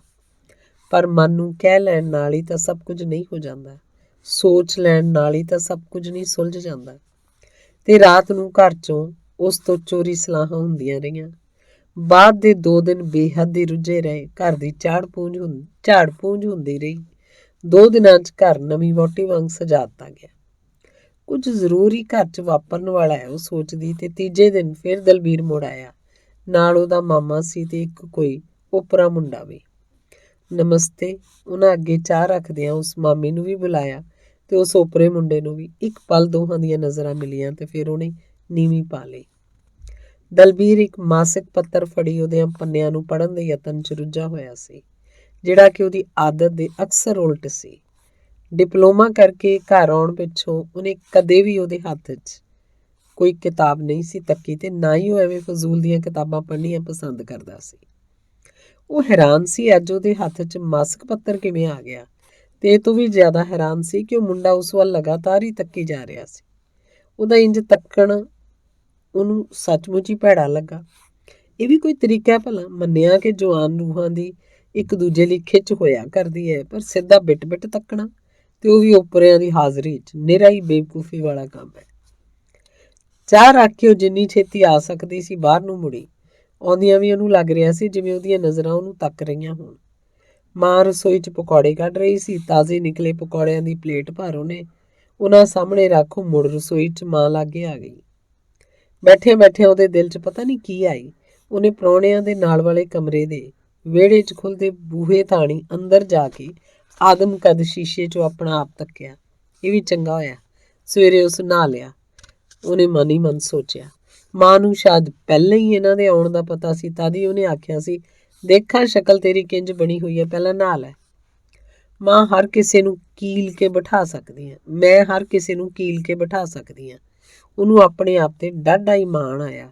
ਪਤਾ ਨਹੀਂ ਕਿਉਂ ਉਹਦਾ ਜੀ ਕੀਤਾ ਉਹ ਸ਼ੀਸ਼ੇ ਸਾਹਮਣੇ ਖੜੀ ਆਪੇ ਨੂੰ ਵਿੰਹਦੀ ਰਹੀ। ਮੱਥੇ ਤੇ ਡਿੱਗ ਆਈਆਂ 1-2 ਅਵਾਰਾਂ ਲਿਟਾਂ ਨੂੰ ਉਸ ਠੀਕ ਕੀਤਾ। ਚੁੰਨੀ ਹਿੱਕ ਤੇ ਸੁੱਟ ਇੱਕ ਵਾਰ ਨਜ਼ਰ ਭਾਰੋਂ ਬਾਹਰ ਨੂੰ ਆਉਣ ਲੱਗੀ ਤਾਂ ਉਹਦਾ ਜੀ ਕੁਝ ਪਲ ਉਸ ਮੁੰਡੇ ਨੂੰ ਗੌਰ ਨਾਲ ਤੱਕ ਲੈਣ ਲਈ ਕੀਤਾ। 2 ਕਮਰਿਆਂ ਦੇ ਵਿਚਾਲੇ ਇੱਕ ਸਾਂਝੀ ਖਿੜਕੀ ਸੀ ਜੋ ਕੁਦਰਤੀ ਬੰਦ ਸੀ। ਉਹਨੇ ਝੀਤਾਂ ਵਿੱਚ ਹੀ ਉਹਨੂੰ ਤੱਕਿਆ। ਉਹਨੂੰ ਉਹ ਚੰਗਾ ਲੱਗਿਆ, ਸਿਵਾਏ ਉਹਦੀ ਤੱਕਣੀ ਤੋਂ ਜਿਹੜੀ ਉਹਨੇ ਚਾਹ ਰੱਖਦਿਆਂ ਮਹਿਸੂਸ ਕੀਤੀ ਸੀ। ਸੱਚਮੁੱਚ ਹੀ ਸੋਹਣਾ ਹੈ। ਉਹਦੇ ਦਿਲ ਦੇ ਕਿਸੇ ਕੋਨੇ 'ਚੋਂ ਨਿਕਲੀ ਆਵਾਜ਼ ਜੀ ਉਹਨੂੰ ਤੱਕਦਿਆਂ ਉਹ ਮੋਹੀ ਨਹੀਂ ਸੀ ਗਈ, ਪਰ ਤਾਂ ਵੀ ਉਹਨੂੰ ਬੁਰਾ ਵੀ ਨਹੀਂ ਸੀ ਲੱਗਾ। ਤੇ ਫਿਰ ਸਾਰਾ ਹੀ ਦਿਨ ਉਹ ਉਹਦੇ ਸਾਹਮਣੇ ਰਹਿਣ ਦਾ ਯਤਨ ਕਰਦੀ ਰਹੀ। ਭਾਵੇਂ ਉਹਨੇ ਉਸ ਵੱਲ ਸਿੱਧੀ ਅੱਖੀ ਨਾ ਤੱਕਿਆ, ਪਰ ਚੋਰ ਅੱਖਾਂ ਨਾਲ ਉਹ ਉਹਨੂੰ ਵੇਂਹਦੀ ਰਹੀ। ਉਹ ਸਾਰਾ ਹੀ ਦਿਨ ਉਹਨੇ ਕਿੰਨੀ ਵਾਰ ਸ਼ੀਸ਼ੇ ਸਾਹਮਣੇ ਆਪਣੇ ਆਪ ਨੂੰ ਵਾਚਿਆ, ਆਪਣੇ ਆਪ ਨੂੰ ਸਵਾਰਿਆ। ਸ਼ਾਮੀ ਉਹ ਜਾਣ ਲਈ ਤੁਰੇ ਤਾਂ ਅੰਦਰੋਂ ਬਾਰੀ ਥਾਣੀ ਉਹਨੂੰ ਜਾਂਦੇ ਨੂੰ ਉਦੋਂ ਤਾਈਂ ਤੱਕਦੀ ਰਹੀ ਜਦ ਤਾਈਂ ਉਹਦੀਆਂ ਅੱਖਾਂ ਤੋਂ ਓਹਲੇ ਨਾ ਹੋ ਗਿਆ। ਦਲਬੀਰ ਵੀ ਚਲਾ ਗਿਆ, ਮਾਮਾ ਵੀ ਚਲਾ ਗਿਆ ਤੇ ਰੱਖਾ ਉਹਨਾਂ ਨੂੰ ਗਾਂਹ ਕਰਨ ਲਈ ਨਾਲ ਗਿਆ। ਘਰ ਉਹੀ ਸੀ ਤੇ ਜਾਂ ਰਾਮੂ। ਜੀਤੀ, ਰਾਮੂ ਨੇ ਡਾਢੇ ਮੂੰਹ ਨਾਲ ਆਖਿਆ। ਉਹ ਸ਼ੀਸ਼ੇ ਸਾਹਮਣੇ ਆਪਣੇ ਆਪ ਨੂੰ ਵੇਂਹਦੀ ਪਈ ਸੀ। ਮਾਂ ਦੀ ਆਵਾਜ਼ ਸੁਣ ਕੇ ਉਸ ਵੱਲ ਤੱਕਣ ਲੱਗ ਪਈ। ਮਾਂ ਦੀਆਂ ਅੱਖਾਂ 'ਚੋਂ ਪਿਆਰ ਉਮੜ ਆ ਰਿਹਾ ਸੀ। ਹਾਂ ਮਾਂ, ਤੈਨੂੰ ਮੁੰਡਾ ਪਸੰਦ ਹੈ? ਮਾਂ ਦੀਆਂ ਅੱਖਾਂ ਉਹਨੂੰ ਕੋਈ ਕਹਾਣੀ ਕਹਿ ਰਹੀਆਂ ਲੱਗੀਆਂ। ਕਿਹੜਾ ਮੁੰਡਾ? ਆ ਜਿਹੜਾ ਇੱਥੋਂ ਗਿਆ। ਕਿਉਂ? ਜੀਤੀ ਜਾਣ ਕੇ ਅਣਜਾਣ ਜੀ ਬਣ ਗਈ। ਉਹਨੇ ਤਾਂ ਇਹੋ ਜਿਹੀ ਗੱਲ ਬਾਰੇ ਸੋਚਿਆ ਵੀ ਨਹੀਂ ਸੀ। ਉਹਦੇ ਤਾਂ ਦਿਮਾਗ 'ਚ ਇਹ ਗੱਲ ਚਿੱਤੇ ਵੀ ਨਹੀਂ ਸੀ। ਤੇਰਾ ਰਿਸ਼ਤਾ ਉਹਦੇ ਨਾਲ ਕਰਨ ਲੱਗਿਆ ਤੈਨੂੰ ਤੱਕਣ ਆਇਆ ਸੀ। ਮਾਂ, ਉਹ ਅਵਾਕ ਰਹਿ ਗਈ।